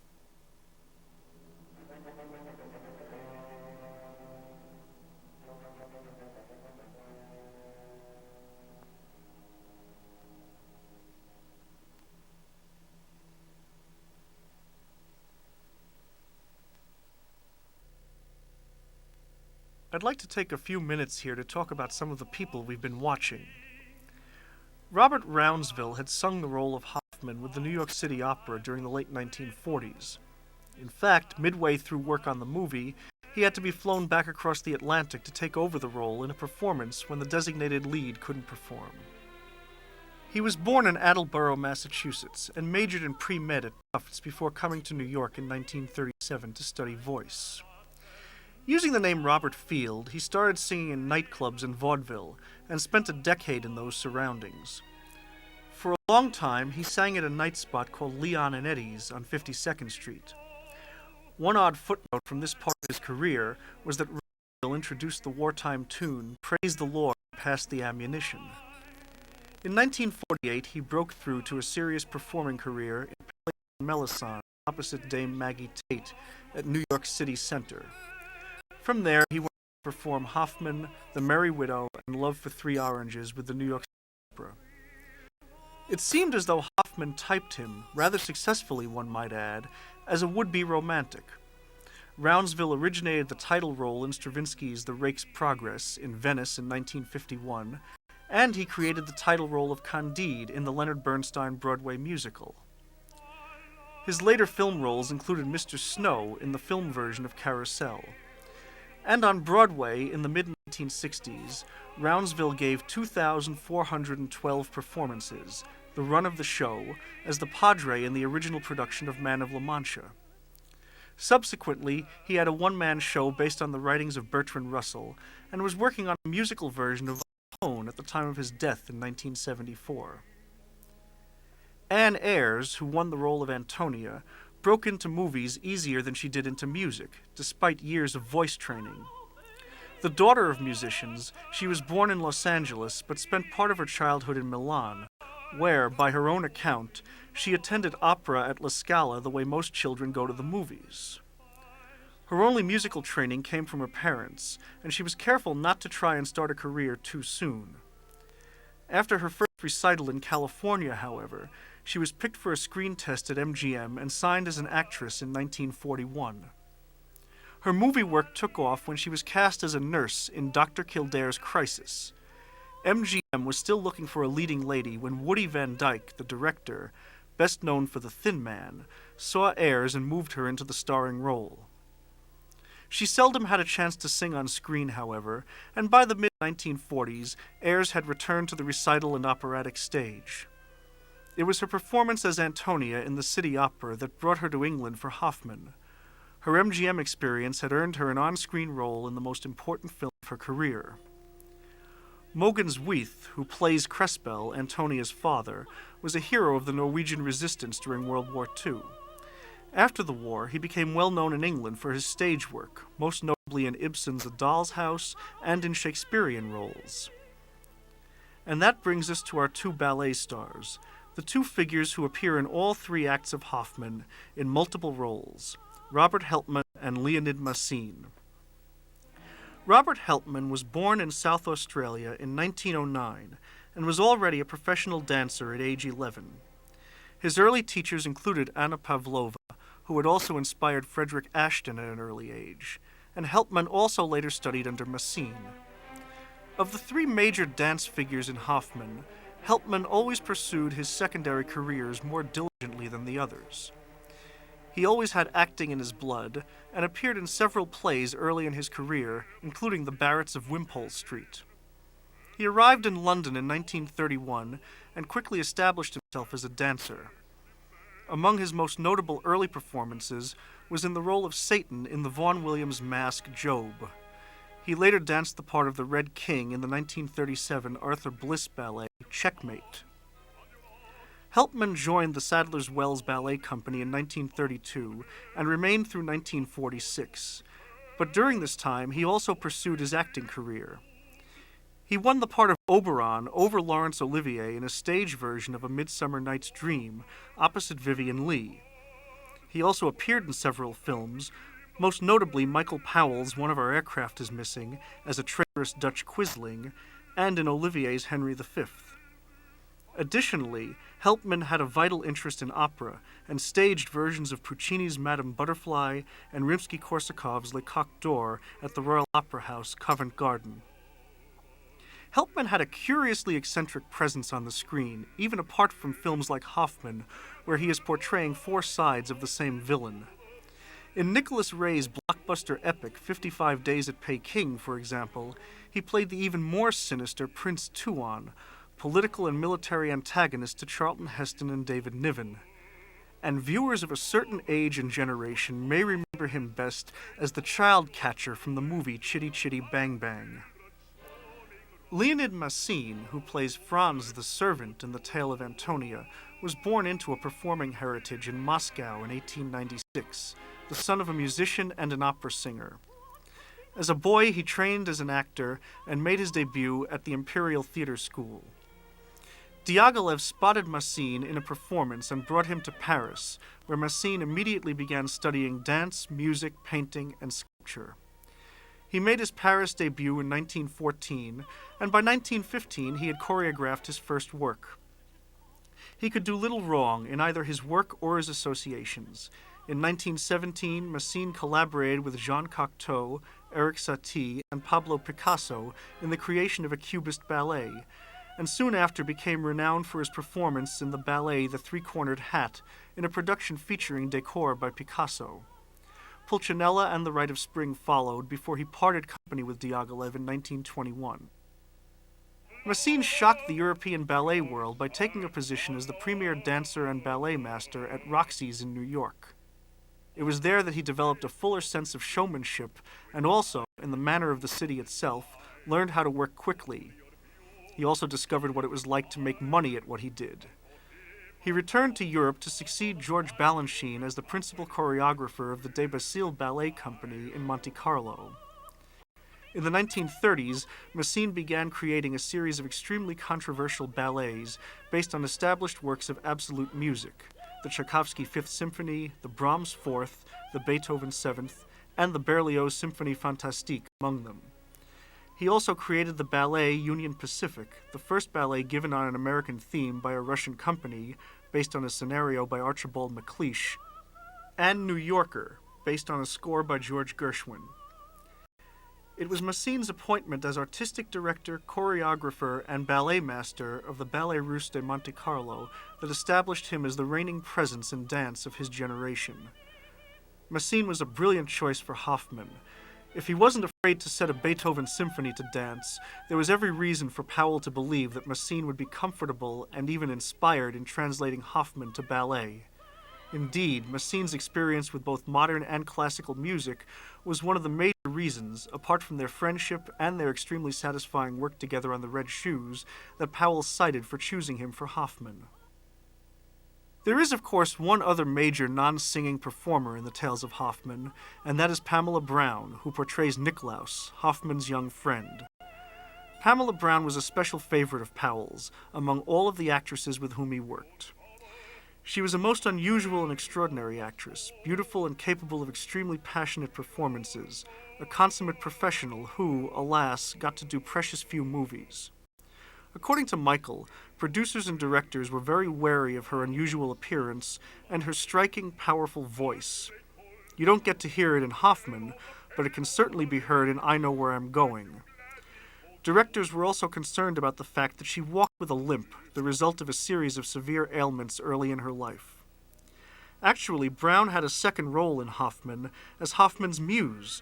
She was to have appeared in this guise, painted gold and virtually naked from the waist up. But Powell was forced to drop the scene for time.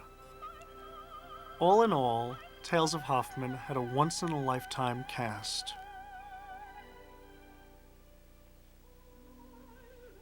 The light that appears behind the statue of the mother as her voice is heard from the beyond. It's very simple. It's painterly, again, by Heckroth. Very often it's just a bold painting that appears up there on the screen. But that just falls completely into the category of the influence that Disney, I believe, had on Powell and Pressburger. They were readily open to that sort of thing and used it beautifully. And sometimes the more artificial, the better. It was the ability of Powell and Pressburger to assimilate influences, whether Disney's movies or Offenbach's music, that made every Archer's film special. The other extraordinary element of their work was its collaborative nature and the sheer diversity of influences that abounded within it. Michael used to take issue with me over whether he really was an English filmmaker, insisting that he was an English filmmaker solely on the basis of his place of birth. He always felt that English cinema was far too insular, as were its critics. The Archer's work was denounced at various times as being anti-British, both in sensibility and tone, because of the sheer richness of ideas from all over the world that went into it and flowed from it. Powell's own sensibilities derive first from American cinema, the work of the silent masters D.W. Griffith, whose intolerance opened the doors of his perception of film, and of Rex Ingram, with whom Michael started work as a grip on the set of the 1924 film Mare Nostrum. There were also the German Expressionists, whom he discovered at around the same time that Hitchcock did. And then there were the worlds of art and of theater. The casting of Powell's films was often unusual because he had a good eye for theatrical players whose work he could translate to the screen, including Esmond Knight and Roger Livesey. He made Livesey a star in 3 of the Archer's greatest films at a time when few filmmakers felt that Livesey's stentorian voice was suited to leading roles. Powell was also influenced by the disciplines of music, psychology, and science, all drawn from whatever cultures he found interesting. Michael Powell was filmdom's greatest polymath, and underappreciated for it, especially in his own country. And above all, Michael was a leader. Freddie Francis called him the Boy Scout leader, always encouraging his people to move forward and experiment and explore. Pressburger's influences were more literary. He was an author, and quite possibly, in other circumstances, might have followed in the footsteps of Stefan Zweig, had he not turned up at London Films in 1936. But Pressburger had his own understanding of music, art, and theater, which he brought with him to the partnership. But I digress from the movie. These multiple images of Helpman are startling, and they lead into a shot that is practically a direct quote from The Red Shoes. The shot is set up like the climax of the Red Shoes ballet, where Maura Shearer is joined above the orchestra by the image of the conductor. It also recalls the shot of the waves lapping against a shore, dissolving into the audience applauding. Powell even surprises us when he borrows from himself. One reason that Hoffman was so special was not just the level of communication that took place between Powell and Pressburger, but also their willingness to listen to others. It was a great adventure for all concerned, reinventing cinema and opera, and the ideas simply flew about the set.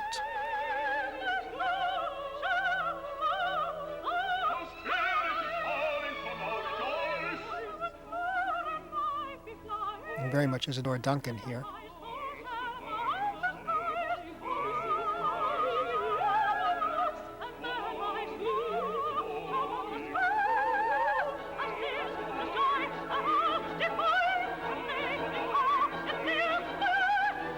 So here's what he was building to, in terms of the visuals and the music.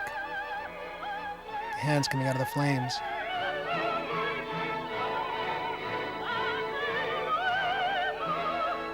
And the final, back in the room. It's quite a beautiful, almost like a fantastic dream sequence, a visualization of the aria that's in her mind, as Dr. Miracle forces her to sing and she dies. And you slip right into that. It was like slipping into a dream sequence so beautifully and so unobtrusively.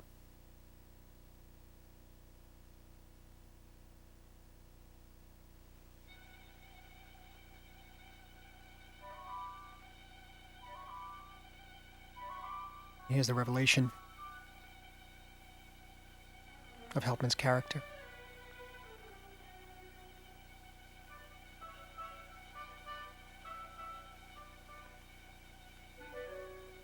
This is the bridge that takes us back to the beginning of the film.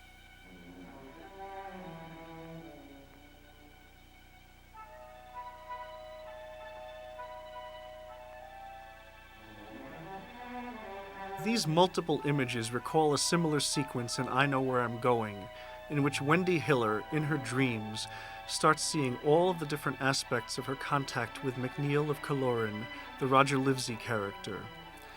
Their romance, in fact, with its twists and turns, set against a background of Scottish myth and folklore, almost foreshadows the fantastic elements of Hoffman, the irrational element in love. As June, the heroine in Stairway to Heaven, says, "There is no sense in love."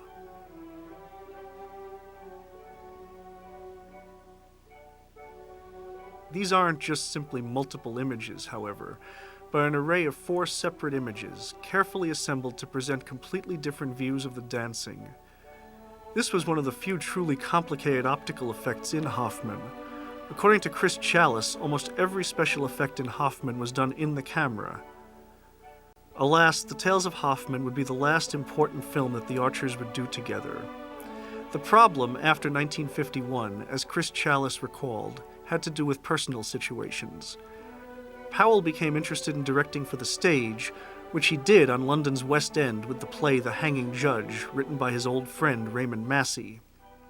Meanwhile, Pressburger's personal life was showing some strain, and he felt the need to take stock of his career. It was during this period that he directed his only film, Twice Upon a Time, based on a book by his old friend Eric Kastner. In 1954, Powell returned to movie directing with a 30-minute short ballet film of The Sorcerer's Apprentice. Again, something of the Disney influence shows up, although of course Powell's film was a live-action ballet set to an entirely new piece of music. The project came about as a result of an invitation from Hein Heckroth, who had gone to work for the Frankfurt Opera while the Archers were on hiatus. The Archers would resume work in 1954 with O Rosalinda, an adaptation of Die Fledermaus set in post-war Vienna. This film resulted indirectly from Hoffman. While working on the earlier movie, Korda insisted that Powell and Pressburger actually see a stage production of the opera and had them flown to Vienna where a performance was scheduled. They were late and arrived at the theater just in time to see the final curtain drop. But during their trip, the sight of the post-war city, being administered by 4 rival world powers, gave them the idea for O Rosalinda. The Archers produced 2 more films, Pursuit of the Graf Spee and Ill Met by Moonlight, but neither was as ambitious or as successful as the work of the partnership in its prime. Powell and Pressburger dissolved the Archers in 1957. Emmerich Pressburger became a novelist, while Michael Powell pursued a solo filmmaking career in England, culminating with the feature Peeping Tom. Those viewers interested in knowing more about Powell and Pressburger should read Michael Powell's 1986 memoir, A Life in Movies, and watch for his follow-up volume, which will be published in 1992. At this time, I would like to thank all of the following people who made this walk through the Tales of Hoffman possible: William Becker, Jonathan Terrell, Robert Stein, and Aline Stein of the Voyager Company. I'd like to give special thanks also to Thelma Schoonmaker Powell for her invaluable advice and assistance, to Christopher Chalice, Freddie Francis, and Brian Easdale for taking the time to recall their work from 40 years ago, to the staff of the dance, film, and theater divisions of the Lincoln Center Library for the Performing Arts for their assistance, to Martin Scorsese for his observations about the film, and to Karen Rosen for her editorial insights. And now I'd like to turn you back over to Martin Scorsese for his thoughts on the finale.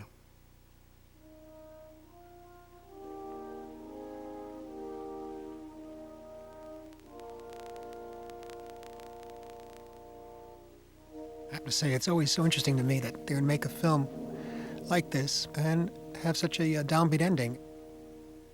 It's a very bold move to do this sort of thing. I remember showing this film to my 12-year-old who, by this point, became outraged that it wasn't a happy ending. So, but it isn't always a happy ending, my dear, but it still has an incredible beauty to it.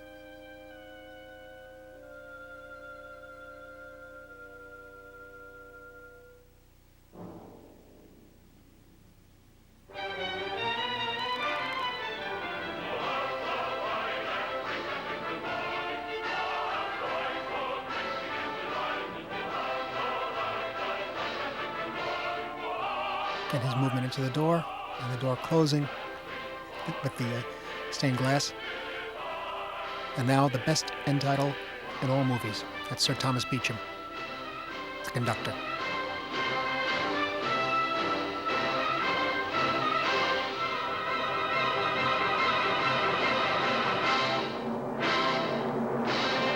For me, this is the finest end title right here. Baton down.